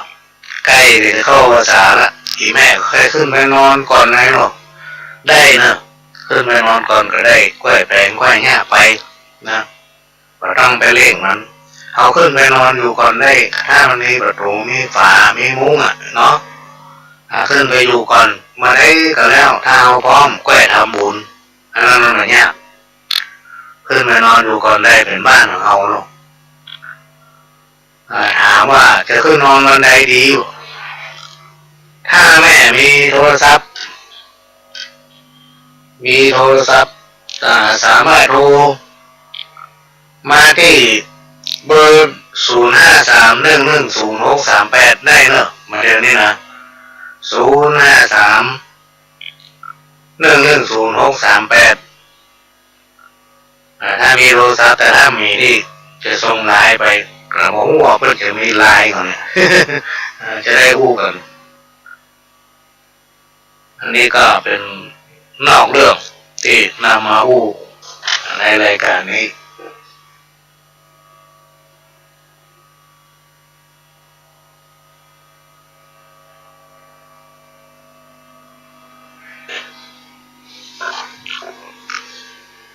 วันนี้เป็นวันสำคัญนะพี่น้องท่านผู้ฟังร้อนเขาก็เขียนคำมาว่าลมยังเปลี่ยนทิศชีวิตยังเปลี่ยนแปลงดวงตะวันยังอับแสงสิ่งที่มาเปลี่ยนแปลงคืออย่างความจริงคนเรานะพี่น้องท่านผู้ฟังต้องอยู่กับความจริงต้องยอมรับความจริงนะเพราะความจริงเป็นสิ่งไม่ตายถึงวันเนี่ยตามเอาการลงตัวเองลงอำนาจลงยศนะไม่ได้คิดถึงความจริงอันนั้นนะมันเป็นสิ่งที่นอกกายมันไม่ใช่จีรังอย่างยืนนะมันไม่ใช่ของใครสักคนนะพี่น้องท่านผู้ฟังขณะนี้นั้นเรากำลังยืนอยู่บนชีวิตแห่งความจริงเป็นโลกแห่งความจริงที่พระองค์ว่าลงในความแห่งชีวิตถ้าใครทำดีก็ได้ดีถ้าใครทำบดีก็ได้บดีนะพี่น้องท่านผู้ฟังมันมีบาปมีบุญมีคุณและก็โทษมันครับที่เขาว่านะ5 อย่างที่ถ้าเราสามารถทำได้มันจะทำเราให้บ่ตกต่ำคือบ่ลืมพ่อแม่บ่รังแกคนดีบ่ย่ำยีคนฮักบ่ฮักหลังมิตรบ่คิดเนรคุณอันนี้บ่ตกอับอะไรป้องการกินการตามเนี่ยพี่น้องท่านฟังทำไปเถอะตามกำลังเขาจะไม่กลัวเสี่ยงแล้วทำไปเถอะทำไปก็ยังถึงได้มา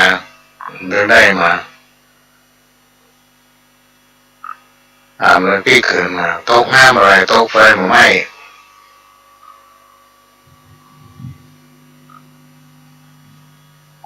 มันเหมือนน้ำบ่อจืมทรายอ่ะพี่น้องท่านฟัง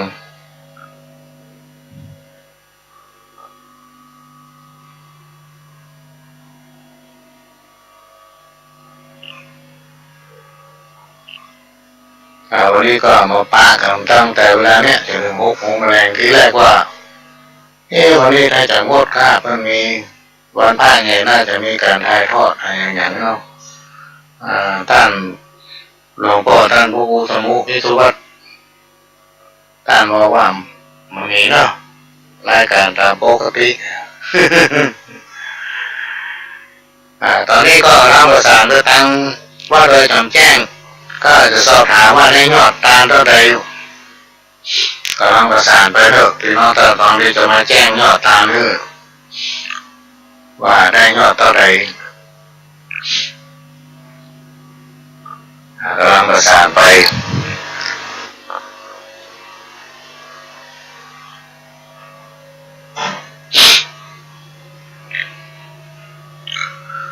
กินตามหยาดน้ำทำบุญหลวงหลายจากได้สบายเกิดสุขไปหน้า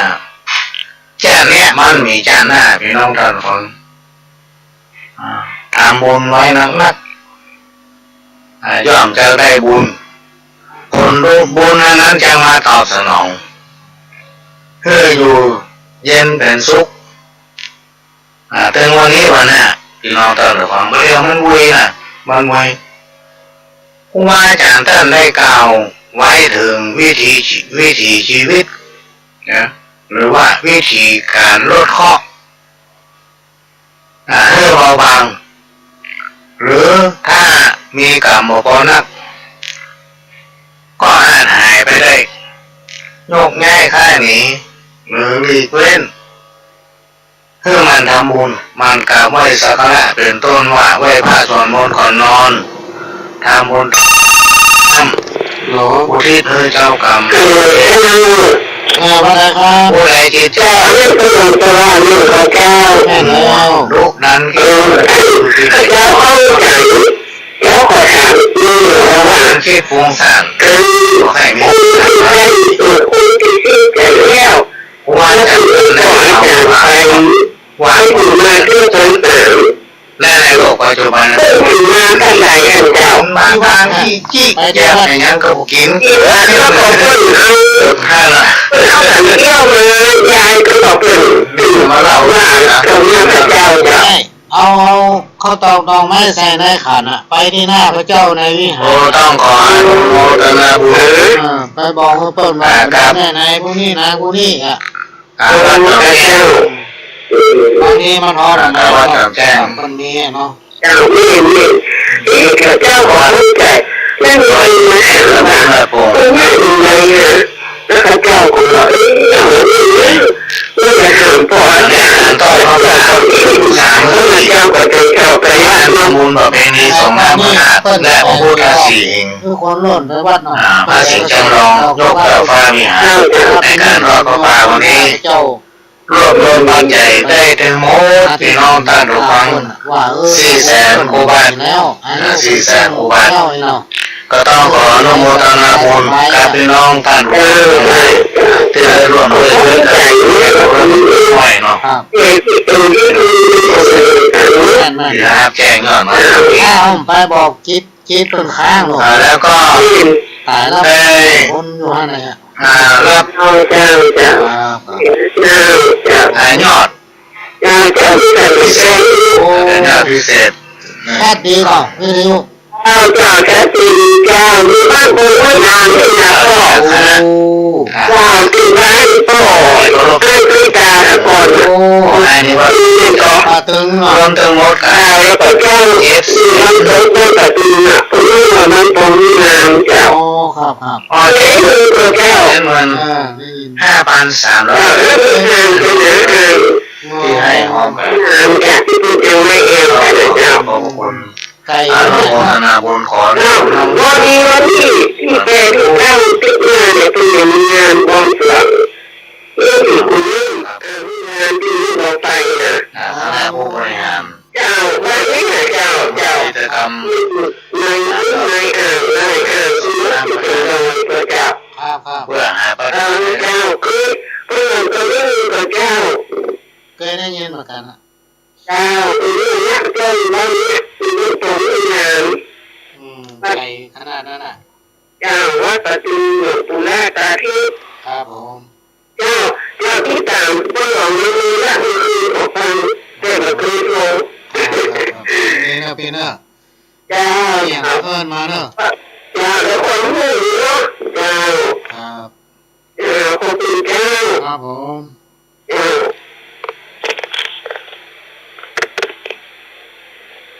ขณะนี้พี่น้องท่านผู้ฟังก็กำลังรับฟังรายการสาระสปะจากทางสถานีวิทยุกระจายเสียงพระพุทธศาสนาแห่งชาติและสังคมขึ้นเพื่อการศึกษาพระพุทธศาสนาและวัฒนธรรม FM 104.50 เมกะเฮิรตซ์จากวัดไฝหินดำเนินรายการโดยก้าวกับผมพ่อหลวงสว่างท่าทินจันทร์ประธานเครือข่ายของทุนแม่ของแผ่นดินจังหวัดเชียงใหม่และ8จังหวัดภาคเหนือก็มาพบปะพี่น้องท่านผู้ฟังเป็นประจำทุกวันอาทิตย์ตั้งแต่เวลาบ่ายโมงไปจนถึงบ่าย3 โมงแล้วก็5 โมงถึง6 โมงแมลงวันนี้พี่น้องท่านผู้ฟังในช่วงแมลงจาก5 โมงถึง6 โมงมันแน่ใจว่าจะมาพบปะพี่น้องท่านผู้ฟังตันงอเพราะว่ามีภารกิจน้อยหนึ่งอาจจะไปกับพระเจ้าวาดวัดหลวงพ่อเนี่ยถ้าประธานก็จะได้แจ้งเพื่อทางท่านผู้อำนวยการสถานีเอาเงินมาแทน เอาอย่างมาแทนไปก่อนตะกี้ได้พูดถึงมนุษย์1คือมนุษย์โสที่มีจิตใจเป็นศีลเป็นธรรมชอบกินชอบตาเนี่ยนะครับแล้วพอดีมีโทรศัพท์จากพระเนี่ยมาเนื่องจากว่าอาจจะมีผู้ที่มีพระคุณพี่น้องท่านผู้ฟังได้ เพื่อการอนุเคราะห์ช่วยเหลือบอกว่าจะเป็นทางด้านวัดทางด้านหมู่บ้านหลายๆอันหลายๆอย่างเกี่ยวกับงานสาธารณประโยชน์ที่มันเป็นประโยชน์ต่อคนหลายเนี่ยมาโดยดีตลอดตามลำดับและนี่ตัวคุณแม่เพิ่นได้ถึงแก่มรณกรรมไปแล้วคุณพ่อเพิ่นก็มาแจ้งว่ามันครบ200ครบรอบ2 ปีเนี่ยก็จะได้ทำบุญอาทิคือเปิดเหตุกรรมเนี่ยวันนี้ก็เป็นวันที่ต้องไปเตรียมครัวคือเปิดวันพุธก็จะได้ไปจัดสถานที่อย่างคือเปิดเนี่ยพี่น้องท่านผู้ฟังพ่อเปิดได้การอนุเคราะห์ช่วยเหลือทางวัดมาด้วยดีตามลำดับจากการเริ่มต้นที่มีการบูรณะวิหารศาลาโบสถ์รวมไปถึงพระธาตุรวมไปถึงปูกระนอนรอบวัดบูรณะกำแพงตั้งแต่ก่อสร้างศาลาบำเพ็ญบุญที่ทางหน้าวัดศาลาบำเพ็ญบุญนั้นเอามาคิดถึงว่าในยุคปัจจุบันเนี่ยพี่น้องท่านผู้ฟังคนมันนักแต่ละสังคมชุมชนเนี่ยมีการแพร่ขยายจากลูกเป็นมีหลานจากหลานไปมีเหลนจากเหลนไปมีหลนเนี่ยมันนักขึ้นจากบางพื้นที่บางบ้านนี่ในสมัยก่อนมีจำนวนประชากรถ้าเป็นหลังคานี่50-60หลังคาเนาะปัจจุบันนี่มันแผ่ออกไปพี่น้องท่านผู้ฟังขยายออกไปบางที่บางแห่งอย่างบ้านของปหลวงนี่มีเป็น300-500หลังคาเฮือนเดียวเนี่ยให้นาที่เคยมีก็มีละกลายเป็นสวนกลายเป็นบ้านจัดสรรเป็นตึกเป็นอย่างไปหมดแล้วพี่น้องท่านผู้ฟังเรามองต่อไปว่าในอนาคตวันข้างหน้าเนี่ยเมื่อมันมีคนหลากหลายสถานที่มันก็คับแคบก็เลยมาพิจารณาร่วมกับเจ้าบาทองค์กรว่าถ้าเราสร้างศาลาบำเพ็ญบุญเวลามีการมีงานเนี่ยพี่น้องเผาผีจีกระดูกหรือว่ามีงานเกี่ยวกับอย่างหลายๆอย่างที่บ้านไม่สามารถที่ห้องรองรับได้สถานที่คับแคบวัดนั้นมันมีที่จอดรถมันมีอย่างสะดวกหลายอันหลายอย่างเขาน่าจะสร้างศาลาบำเพ็ญบุญก็เลยมีการสร้างศาลาบำเพ็ญบุญขึ้นก็ได้โยมป่อคนที่มาตะกี้เนี่ยเพื่อการอนุเคราะห์ช่วยเหลืออุปถัมภ์มาตามลำดับจนถึงปัจจุบันตะกี้ก็เลยเสียมารยาท ย่างกลางคันเพราะว่ากระเดือ4 โมงจะต้องไปเตรียมครัวให้เปิ้นให้ก็เลยมาแจ้งให้ทราบเป็นสิ่งที่เราจะต้องคือการอนุเคราะห์ช่วยเหลือซึ่งกันและกันพี่น้องท่านฟังแล้วเปิ้นเป็นฝรั่งบอกใครรู้เรื่องป่าเพณีเขาด้วยเรามาถึงคนที่เปิ้นมีพื้นฐานดี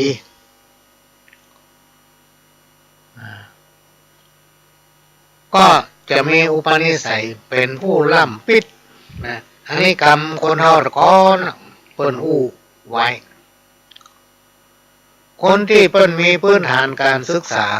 มีพื้นฐานสิ่งแวดล้อมดีนั้นจะมีอุปนิสัยเป็นผู้ล่ำปิดบ่คิดข่มเหงบ่เป็นนักเลงบ่ทำตัวเป็นคนโมโหโถข่มขู่เจ้าบ้านในยามกล่าวจ๋าปากต้านก็ฟังดูม่วนพี่น้องท่านฟังแล้วม่วนอันนี้เป็นคนที่มีพื้นฐานดีสิ่งแวดล้อมดีเปิ้นมีการศึกษาจิตใจเปิ้นเป็นศีลเป็นธรรมและธรรมะเรื่องมนุษย์เปโตรมีจิตใจโกบัลละคำว่ามนุษย์เปโตรนะ เป็นคนที่ขี้โกบ่เชื่อบาปบุญคุณและโทษนะบ่เชื่อบาปบ่เชื่อกรรมเรื่องเล่าเรื่องยานี่โอ้ยบ่มีเว้นบ่มีหยุดมียั้งจักจนคนนั้นคนนี้นะกินแล้วมัดบ่โอ้ถึงเรื่องวัดเรื่องว่าพี่น้องท่านผู้ฟังธรรมะธรรมโมนี่ประจำลวกหรือทุกเจ้าเวลาทุกเจ้าพอมาเทศอู้แข่งเปิ้นทุกเจ้ามันเทศเรื่องใดมันก็หูหมดแต่มานำปฏิบัติแทนมาปอมาปฏิบัติตนเหมือนเปิ้นเจ้าบ้านพี่น้องท่านผู้ฟังเพราะมันหูหมดอะไรอย่างมันก็หูหมดในใจมันเนี่ยผ่านนะเป็นคนจิตใจผ่านคนห้องว่ามันเอาใจห่างพระละห้องกองนำขาดความอ่านคิดในจิตมีแต่กรรมบ่มีศีลบ่มีธรรมใจดำเหือดแห้งใจมันดำเหือดแห้งอันนี้คือมนุษย์เปตูเป็นคนโกบ่เชื่อบาปบุญคุณและโทษนะขอมันได้อยู่ได้กินป้นไปเป็นวันมันพอใจมันละมนุษย์ทำประเภทหนึ่งคือมนุษย์เดรัจฉานโนมนุษย์เดรัจฉานโนนี่ครูบาอาจารย์เบิกกล่าวว่ามันมีนักมีเปลือกเกือบจะทั่วหน้าทางนี้นะพ้องก็ขี้ค้าน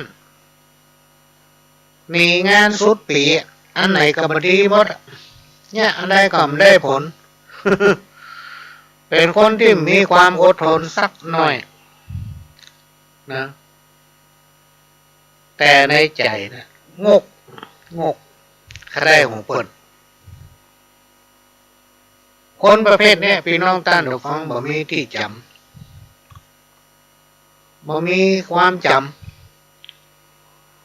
เรื่องวัดเรื่องว่าเรื่องศีลเรื่องธรรมเนี่ยประจำฟังหูซ้ายออกหูขวาฟังหูขวาออกหูซ้ายไปฟังกระเปิดฟังธรรมไปวัดก็ไปกระเปิดอย่างนั้นเปิ้นเปรียบเทียบว่าเป็นคนหูหนวกหนาปัญญามันแห้งเบาปัญญาอ่านคิดอันใดที่มันคิดในทางที่ถูกมันว่าถูกอันนั้นเป็นว่าบดีมันว่าดีโบราณคนแต่ก่อนบอกว่ามันเอาผิดเป็นข้อนำทางเพราะว่ามันนั้นมันดีเนอะเข้าไปหาอยู่เพราะว่าอันนั้นมันเหมาะอันนั้นมันสมควรนั่นดีเนี่ยอยู่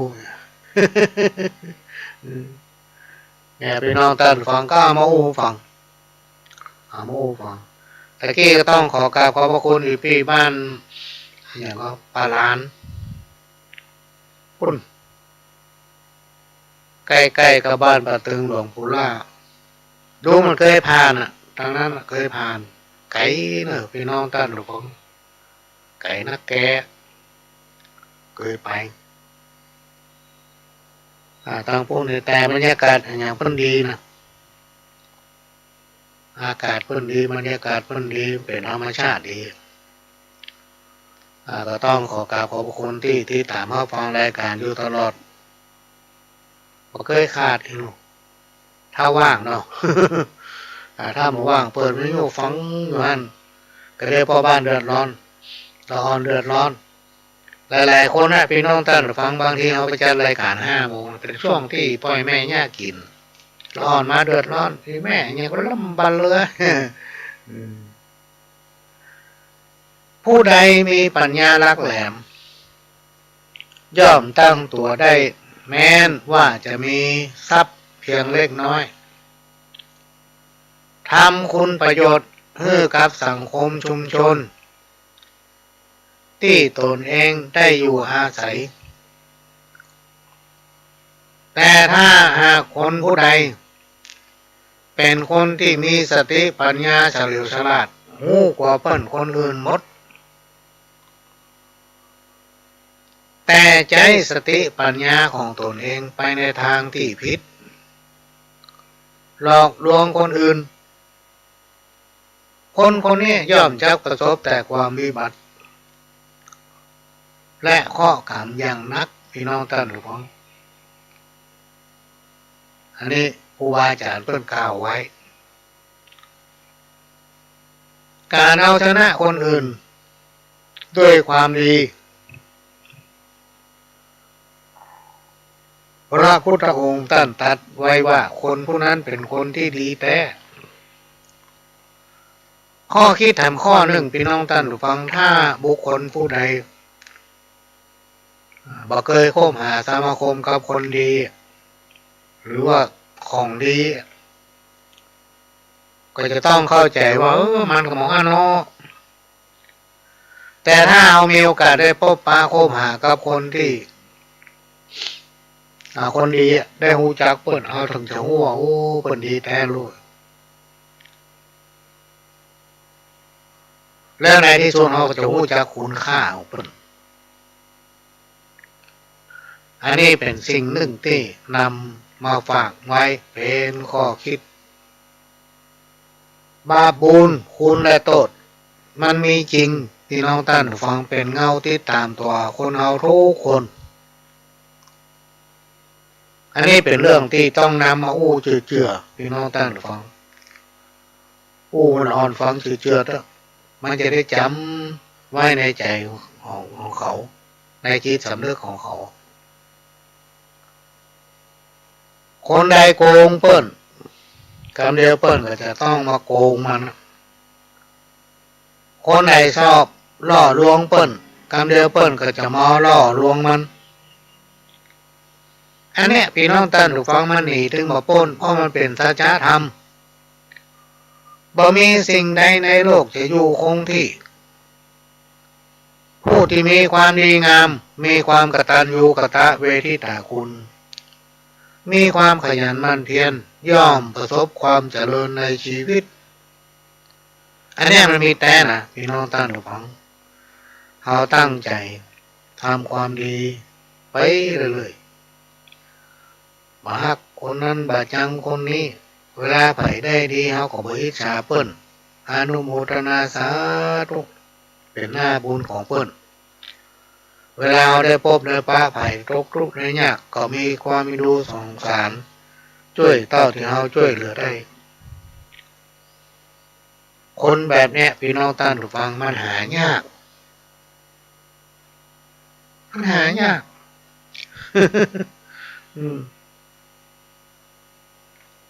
หายากอันนี้ก็เป็นเรื่องที่นำมาเล่า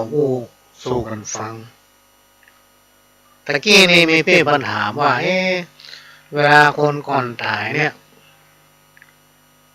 เพิ่นจะไปสุมาแก้วทั้งสามเพิ่นอย่างใดเป็นจะได้ถึงสุมาแก้วทั้งสาม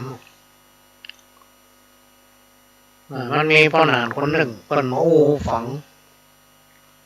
ว่าสุมาแก้วทั้งสามบางทีคนที่กำลังทรมานจะตายก็มาตายนะนอนสแกงก็ได้นอนไงก็ได้นอนเป็นความเป็นไงอยู่ห้ากระวนกระวายอยู่เลยทั้งรีเจโตวโยธาตุมันแตกแล้วใครหูคิงสลืมสลือก็มาตายสักเตื้อบางทีเพื่อก็ทำไปเตะเพื่อสมาธิตั้งมั่นการไปสมาแก้วทั้งสามเป็นการไปแจ้งไปบอกไปกล่าวเตปาฮักทั้งหลายคือว่าเจ้าว่าสิ่งศักดิ์สิทธิ์ทั้งหลายที่คงควายรักษายังพระรัตนตรัยหรือพระแก้วเจ้าทั้งสามประการวัดไปสมาเพื่อว่าบางทีวิบากกรรมมันหนักจิตใจเลยบัดสงบคนเขาเนี่ยบัดท่าบัดสงบนี่จิตบัดทอดเลยพี่น้องท่านทุกคนเหมือนพ่อหนานคนที่พ่อว่าคนที่ ต้องโทษประหารเนี่ยพี่น้องท่านผู้ฟังเพิ่มใจนับได้นับเอาไปกับประหารเริ่มเจ้ลูกเพิ่นทำเมื่อเขาจิตใจตั้งมั่นก่อนจิตใจเบิกบานก่อนนะเอาลองสังเกตในสมัยโบราณก่อนเพิ่นจะฟ้อนจะลำแหวนเนาะที่มันตัดคอนะเปิ้นจะพ้อก่อนแหวนนะบอกคนนั้นจิตแต่ตั้งมั่นแล้วบอกนิ่มแล้วบอกถึงลงมือประหารบอกคนจะตายจะทอดจิตเนี่ยที่เปิ้นทำไปเทศเพื่อให้มันตั้งมั่น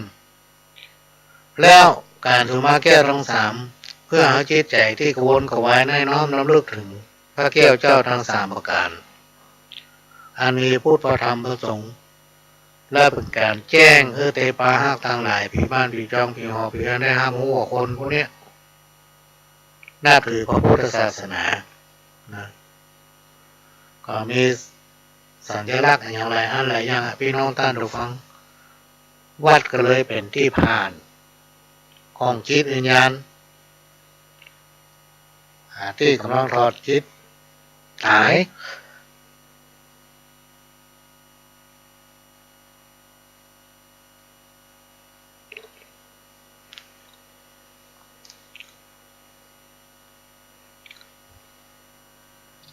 อันนี้ก็เป็นเรื่อง ที่เปิ้นเล่าเปิ้นอู้สืบตามกันมาก็มาอู้ฟังก็จะขอพักแป๊บหนึ่งพี่น้องท่านผู้ฟังเดี๋ยวฟังเทปเก่าสักแป๊บหนึ่งเดี๋ยวก็มาปาขามล้อมได้บูรณะพระวิหารของวัดโดยทำแจ้งได้สำเร็จลุล่วงอันนี้ก็เป็นสิ่งหนึ่งพี่น้องท่านผู้ฟังที่เราต้องได้ช่วยกันทนุบำรุงควงแก้วทั้งสามประการอันนี้วัดเนี่ยเป็นสถานที่สำคัญวัดคือโรงพยาบาลที่เราจะต้องช่วยกันพี่น้องท่านผู้ฟังเราจะต้องช่วยกันทำให้มันใหม่อยู่เสมอนะทำให้มันใหม่เสมอ ก็ต้องขออนุโมทนาบุญกับพี่น้องเครือข่ายสายธรรมที่ร่วมด้วยช่วยกันทำให้งานวันนี้สำเร็จและวันนี้พี่น้องท่านผู้ฟังจะไปลืมพาลูกพาหลานไปอยู่ใกล้บ้านไหนไปบ้านนั้น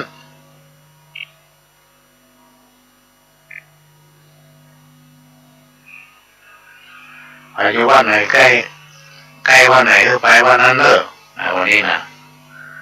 ช่วงนี้จะเริ่มฟังซอสักแป๊บหนึ่งพี่น้องท่านผู้ฟังซอประวัติของเถระประวัติของครูบาโสภาเปิ้นสักแป๊บเดียว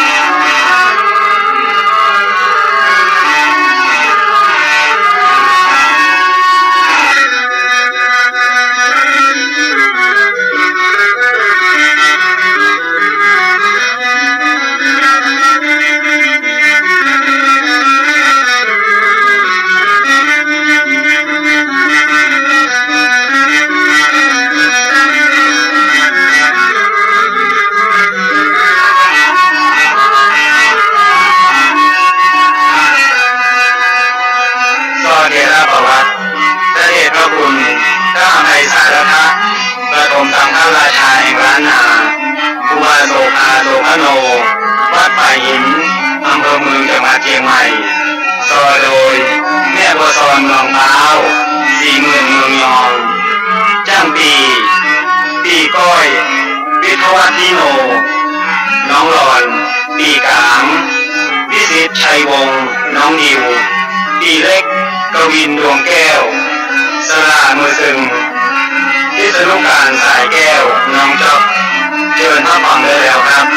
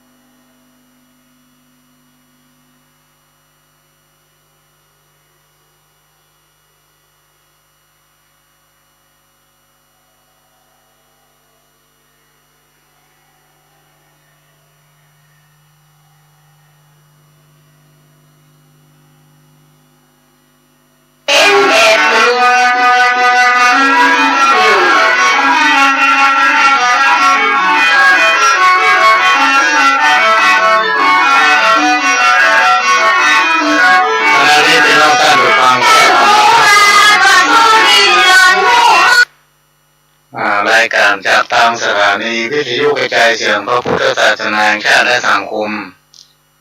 ขึ้นเพื่อการศึกษาพระพุทธศาสนาและวัฒนธรรม FM 104.50 เมกะเฮิรตซ์จากวัดไฟหินวัดไฟหินตั้งอยู่ตำบลสุเทพอำเภอเมืองจังหวัดเชียงใหม่หลังมอชอพี่น้องท่านผู้ฟังก็เป็นสถานีของพี่น้องคนฟังทุกท่านเป็นเจ้าของเนอะที่เราต้องช่วยกันทนุบำรุงพี่น้องท่านผู้ฟังถ้าไปมาไปผ่านมาทางวัดไฟหินผ่านมาทางในเมืองก็ไปแวะไปเยี่ยวที่วัดไฟหินได้ช่วงนี้อากาศมันเปลี่ยนพี่น้องท่านผู้ฟังก็ต้องรักษาสุขภาพของตัวเก่านะอากาศมันเปลี่ยนเวลาไปหันไปนี่แล้วก็มีข่าวว่าไวรัสมาแล้วนะอีโรแต่มันหนักมันหนักเพราะฉะนั้นเวลาเอาไปหันไปนี่เนี่ยสิ่งที่เขาละมาได้เนี่ยพี่น้องท่านผู้ฟังที่เขาว่ากันการแย่ตกเนี่ยคือต้องใส่แมสไปที่คนหลายๆก็ต้องระมัดระวังหลีกเลี่ยงที่คนนั่งนัก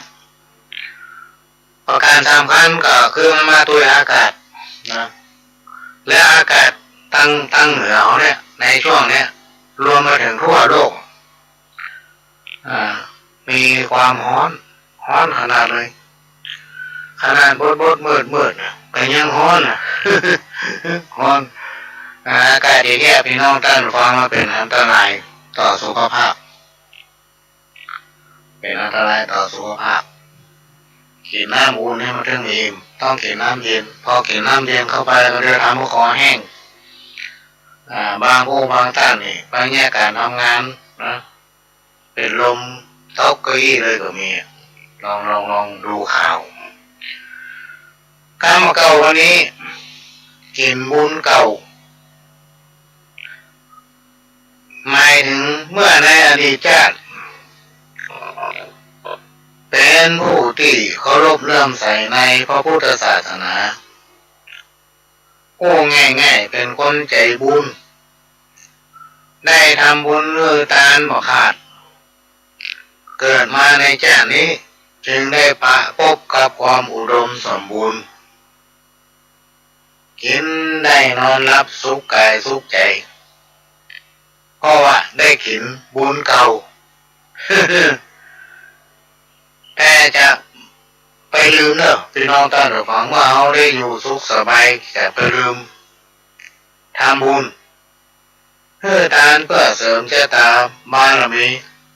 เสื่อมขบุญเก่าถ้ามาทำบุญเพิ่มเพราะว่ามันก็มี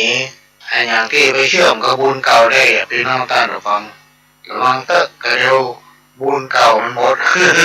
บุญใหม่ก็มาทำนะท่านจะอิด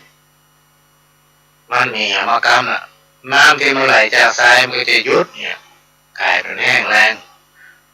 ก็จะมีสภาพของอันนี้ก็มาเล่ามาสู่กันฟังการมาเก่ากินบ้านกินเมืองอันนี้มีความหมายว่ามักจะเป็นคนที่ชอบแยกการทำงานการนักก็มาเอาการเบาก็มาสู้มีอุปนิสัยกินนั่นน้อยนี่น้อยหมูจะประมาณตนบ่ให้หากินด้วยสติปัญญาชอบหากินในทางทุจริตหันเงินหน้าดำหันคำหน้าไหน คนประเภทนี้พี่น้องท่านฟังกันว่ามันได้สตางค์เต็มกำนะในกระเป๋ามันมีสตางค์นี่นะเรื่องพอหน้าไปละเพราะมันเป็นคนที่ชอบเอาตัวรอดของมันได้กินนะคนเดินไปจะเป็นได้ก็จ้างมันสนใจละ คนประเภทนี้มันมีความจริงใจเข้าไปนะหักหลังพักพวกเพื่อนฝูงได้ทุกเวลาเพื่อนเขาว่ากินบ้านกินเมืองการเข้าทำการหนึ่งกู้เรื่องกู้เนี่ย นี่มีความหมายว่ามักชอบกุเรื่องสร้างเรื่องขึ้นชอบอู้โกหกกอกิ้งเอาดีใส่ตัวเอาสิ่งบดีใส่เปิ้นคนอื่นเพื่อกู้หน้าตนเองเอาชื่อเสียงใส่ตัวเก่าอันดีๆเข้าหาตัวมันหมดอันไหนที่มันบดีนะที่มันบดีนะยกให้เปิ้นคนอื่น คนประเภทนี้ก็มีนะตะกี้นี่ได้แจ้งประชาสัมพันธ์ถึงแม่คุณแม่คุยด้วนแม่คุยด้วนจำนามสกุลไม่ได้หรือว่าไม่ได้ถามสักคำเนี่ยบอกว่าจะขึ้นบ้านใหม่ขึ้นไปนอนบ้านใหม่บ้านกับเรียกดีเด้อก็ขึ้นไปนอนได้แม่กล้วยแปลงกล้วยแย่กล้วยทำไปถ้าเอาพ่อมาได้กล้วยทำบุญเนาะขึ้นนอนก่อนตะกี้ไม่ได้บอกวันรุ่นไปสักคำเมาแยกการทำงานแล้วก็มีแขกด้วยนะแม่ก็โทรมาได้เลย053-110-638เป็นอันเนี้ยหรือว่าออกรายการสักคำก็โทรได้อยู่วันนี้เริ่มเปิดโทรศัพท์ตัวนี้แกละ053-110-638เพราะไลน์ของแม่เปิ้ลมันมีตะกี้นี่รอนซ่อหาไลน์ละมันมีโบ้ยที่ต่อได้ทางใดนะถ้าแม่ฟังรายการที่อยู่ก็โทรมาได้หรือไปฟังกับบอกของแม่เปิ้ลหรือว่าจะโทรมาตอนค่ำน้อยก็ได้ใจเบอร์โทรศัพท์ตั้งโต๊ะเนี่ยพี่น้องท่านผู้ฟังมันจะตัวเลขง่ายน้อยมันมีกี่ตัว110-638แต่ต้องกดเลขน้ำให้น้อย053นี่นะพี่น้องท่านผู้ฟังสามารถโทรมาได้เราจะได้บอกวันฮื้อนี่ขอแจ้งทางรายการเนี่ยได้รับทราบมูลที่ต่อแม่ทางใดมาได้ลอกวัสกรรมตะกี้การประกอบทำการหนึ่ง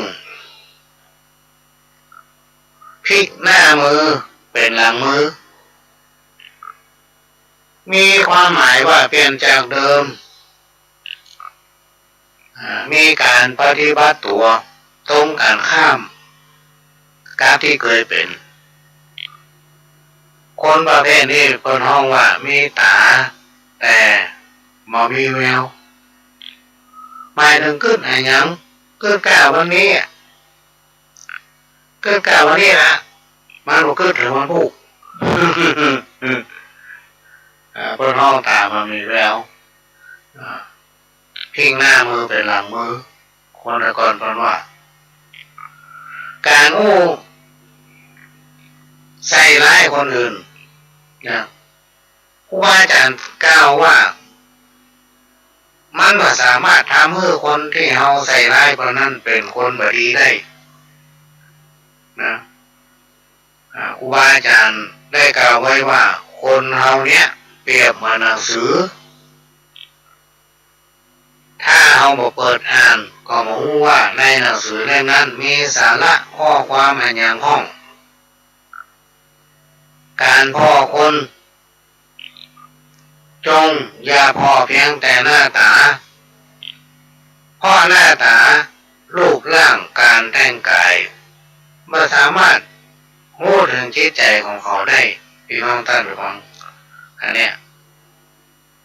เมื่อจำไว้เถอะอันนี้ก็เป็นเรื่องที่นำมาฝากในรายการวันนี้การมาเก่าแบบการหนึ่งห้อมหนูไตห้อมในเตียวมีความหมายว่าคนเอาทุกคนต่างคนต่างกระทำหน้าที่ของใครของมันใครมีหน้าที่อันยังก็ควรทำหน้าที่อันนั้นคือดีรวมก็คือทำหน้าที่ของตนเองคือดีที่สุดนะ ทำตามหน้าที่ของไปของมันดูที่เพื่อก้าวไกลกันที่มันทะเลาะเบาแวงกันถึงมันนี่คือก้าวไกลกันโดยคิดแต่เปิ้นคนอื่นบางทีเป็นเรื่องของตัวสักหน่อยก็เอามาคิดเนี่ยเอาไปอู้เป็นฟืนเป็นไฟเนี่ยก็จะทะเลาะกันละห้องมันมาอยู่ตามห้องตามหนทางของไปของมันคนเฮานี่จะหู้หมดนี่มันเป็นไปไม่ได้พี่น้องท่านฟังบางอย่างบางอันเราหู้ก็มีต้องแบ่งกันหู้แบ่งกันทำช่วยกันทำเหมือนข้ามือเฮามี5 นิ้วเนี่ยแต่ละนิ้วก็ใช้ประโยชน์ของแต่ละนิ้วนะเหมือนกับคนเฮาเนี่ยแค่มันหู้เองผู้ยังเป็นไปไม่ได้เหมือนกับคำโบราณที่ว่าสีตีนเนี่ยหู้พลาดนักปราชญ์ย่อมเผลอนะคนที่หู้นี่ก็ย่อมพลาดเป็นธรรมดาคนที่โจบสูงที่สุดเนี่ยหู้ผิดได้พี่น้องท่านหรือเปล่า มันมีแต่ละเรื่องจริงหู้ผิดหู้ถูกกรรมก็ทำกรรมหนึ่งเอาดีใส่ตัวเอาความดีฮือเปิ้นเอาดีใส่ตัวเอาความดีฮือคนอื่นมีความหมายว่าอู้แฝงดีใส่ตัวโยนความดีฮือเปิ้นคนอื่นยิ่งเป็นผู้นำบอกควรทำสิ่งที่กล่าวมาเนี่ยพี่น้องท่านผู้ฟังคนเฒ่าคนแก่โบราณอาจารย์เปิ้นกล่าวไว้ว่ามันถึงบดีแต่โลกใส่ตัวเอาง่ายเอาเปิ้นอะไรที่ตัวเนี่ยที่ตัวทำที่ตัวมีบทบาทว่าดีว่าถูกโมดเนี่ยแล้วถ้าเปิ้นทำมันอย่างถึงว่าดีสักอย่างเนี่ยพี่น้องท่านผู้ฟังต้องระวังเด้อมันอยู่ในจิตสำนึกของเราจะดีบ่ดีนะบาปบุญคุณและโทษมันเงาที่ตามตัวเราเนี่ยพี่น้องท่านผู้ฟังมันมีแค่หน้ามีแค่เนี้ยกรรมก็ทำกรรมหนึ่งอย่านั่งท่าการอย่าไปเฮ้อเปิ้นหวานใจอย่าไปนอนท่าไข้อย่าอยู่บ่ได้คอยโจกชะตานะข้อเนี้ยแปลในตัวอย่าคือเปิ้นหวานใจอย่าไปนอนท่าไข้อย่าไปอยู่บ่ได้คอยโจกชะตาอันนี้มันมีความหมายในตัวนะโดยเฉพาะมาไปอยู่บ้านเปิ้นเนี่ยจะมานิ่งดูได้ปั้นงัวปั้นควายลูกเปิ้นเล่นหันเปิ้นเนี่ยอยากจะช่วยเปิ้นเนี่ยพี่น้องท่านผู้ฟังแบบเนี้ยไปไหนคนรักคนชอบถ้าจี้บายจี้แหงได้กันนอนกับกินเนี่ยพี่น้องท่านผู้ฟังกินอิ่มแล้วไปเอวแล้วพี่มานอนมากินเปิ้นชอบเขาต้องมีความขยันหมั่นเพียรยิ่งในยุคปัจจุบันเนี่ยต้องขยันนะพี่น้องท่านผู้ฟังถ้ามีความขยันหมั่นเพียรนี่ได้กินแน่ขนาดเนี่ยการทั้งวันแทบจะพอกินอ่ะถ้าขี้ข้านมันจะปานไหนเวลาเนี่ยการทำงานแบบนี้เอาเพิ่นได้ให้มันคุ้มพี่น้องท่านผู้ฟังให้มันคุ้มไม่ใช่มันยากสมัยก่อนเนี่ยเพิ่นจ้างไปมันหนีแล้วเนาะจ้างไปโบสถ์หลวงไปพาไม้นี่นะตรงมาแรงมาเพิ่นไปพอคนเรื่อง3 คนช่วยกันพาไม้โบสถ์หลวงได้น้อยเดียวเพิ่นก็เลยบอกว่าเขาจ้างสู่เขาคนละ300ประเด็นนี้3 คนนี่ตก900ที่สูงเนี่ยกานี่เขาขายมันจะได้กว่านี้900เนาะเนี่ยกาหรือว่าได้น้อยเดียวคนจ้างแปลงเส้นสตางค์นะก้าวมาเก้าทำการหนึ่งเสือเท่าจำศีล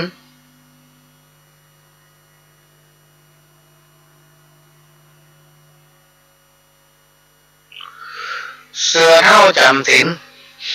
มีความหมายว่าปากอู้ดีแต่ใจในบ่ตามแต่งอู้จ่าเอางามเอาน้ำใส่ล้างหน้าแต่จริงพี่น้องท่านฟังเป็นคนที่มีเล่ห์เหลี่ยมชอบใจเพศอุบาย ทุกอย่างที่มันหูล้วนแต่จะแสวงหาผลประโยชน์ใส่ตนเองหมดเปิดเลยเขาว่าเสือเท่าจำศีลนะเหมือนนี่เสือตัวนึงมันเท่าละจะไปซ้อหากินก็ลำบากนะลำบากจะย่างได้ดีจะได้กินสัตว์ในป่าเนี่ยง่ายๆก็เลยมาเลือกแจได้เอาแต่งจำศีลดีกว่าเวลาไผมาหาเอาสร้างสอนเขาอดเอาต้องกินเขาเตื้อยเนาะแต่ได้ดีได้กินมาฆ่าเนี่ย ก็แต่งจำศีลบ่กินสัตว์ตั้งหลายสงสัยแหละพี่น้องตาหรือของกระต่ายก็มาสงสัยกระต่ายกระถามหาจิ้งจอกว่าเสือตัวนี้มันจะได้วันนี้มันไปที่ไหนบ่กินอะไรอย่างสักอย่างนะวันนั้นมีกวางมีเม่นมีเห็นมีอย่างร่นก็ต้องตามทั้งหน้ามาละพอจะโจรมาละมันกับแย่ได้สักอย่างไก่ป่าน่ะมาทิกมันกับแย่ได้ตามรักมันต้องจับกินเลยสงสัยป้าเข้าไปถามว่าธรรมดาเสือเนี่ยมันจะกินสัตว์ต่างๆที่มาใกล้เนาะหรือห้างหรือซอกกินแต่เสือตัวนี้เป็นจะได้ว่ามากินอย่างสักอย่างนอนหลับตาอยู่เนี่ยนะบางทีก็ลุกนั่งบางทีก็ยืนบางทีก็นอนอยู่อย่างนี้มาตลอดได้2-3 วันแล้วเอาไปไหนมาก็หาอย่างเงี้ยโอ้เขาถือศีลเนาะสอนเปิ้นแต่งสอนมาจิ้งจอกสอนกระต่ายมีวันหนึ่งกระต่ายก็มาจิ้งจอกเนี่ยทะเลาะกันพี่น้องเต้นหรือฟังมาหาเสือก็บอกว่าสู่ไปทะเลาะกับที่ไหนต้นสายไปเห็นไปได้น้องเล่าฟังเลยพ้นกะที่อยู่ของเขาก็กะกระต่ายก็ว่าที่อยู่ของเขาก็ไงมาจิ้งจอกว่าที่อยู่ของเขาก็เสือก็เลยว่าเอาอีกก็แล้วกันทำซักผูกไม่เจ้าก่อนแจ้งขณะนี้พี่น้องท่านผู้ฟังก็กำลังรับฟังรายการสาระสัปปะจากทางสถานีวิทยุ FM 104.50 เมกะเฮิรตซ์วัดไฟหินวัดไฟหินตั้งอยู่ตำบลสุเทพอำเภอเมืองจังหวัดเชียงใหม่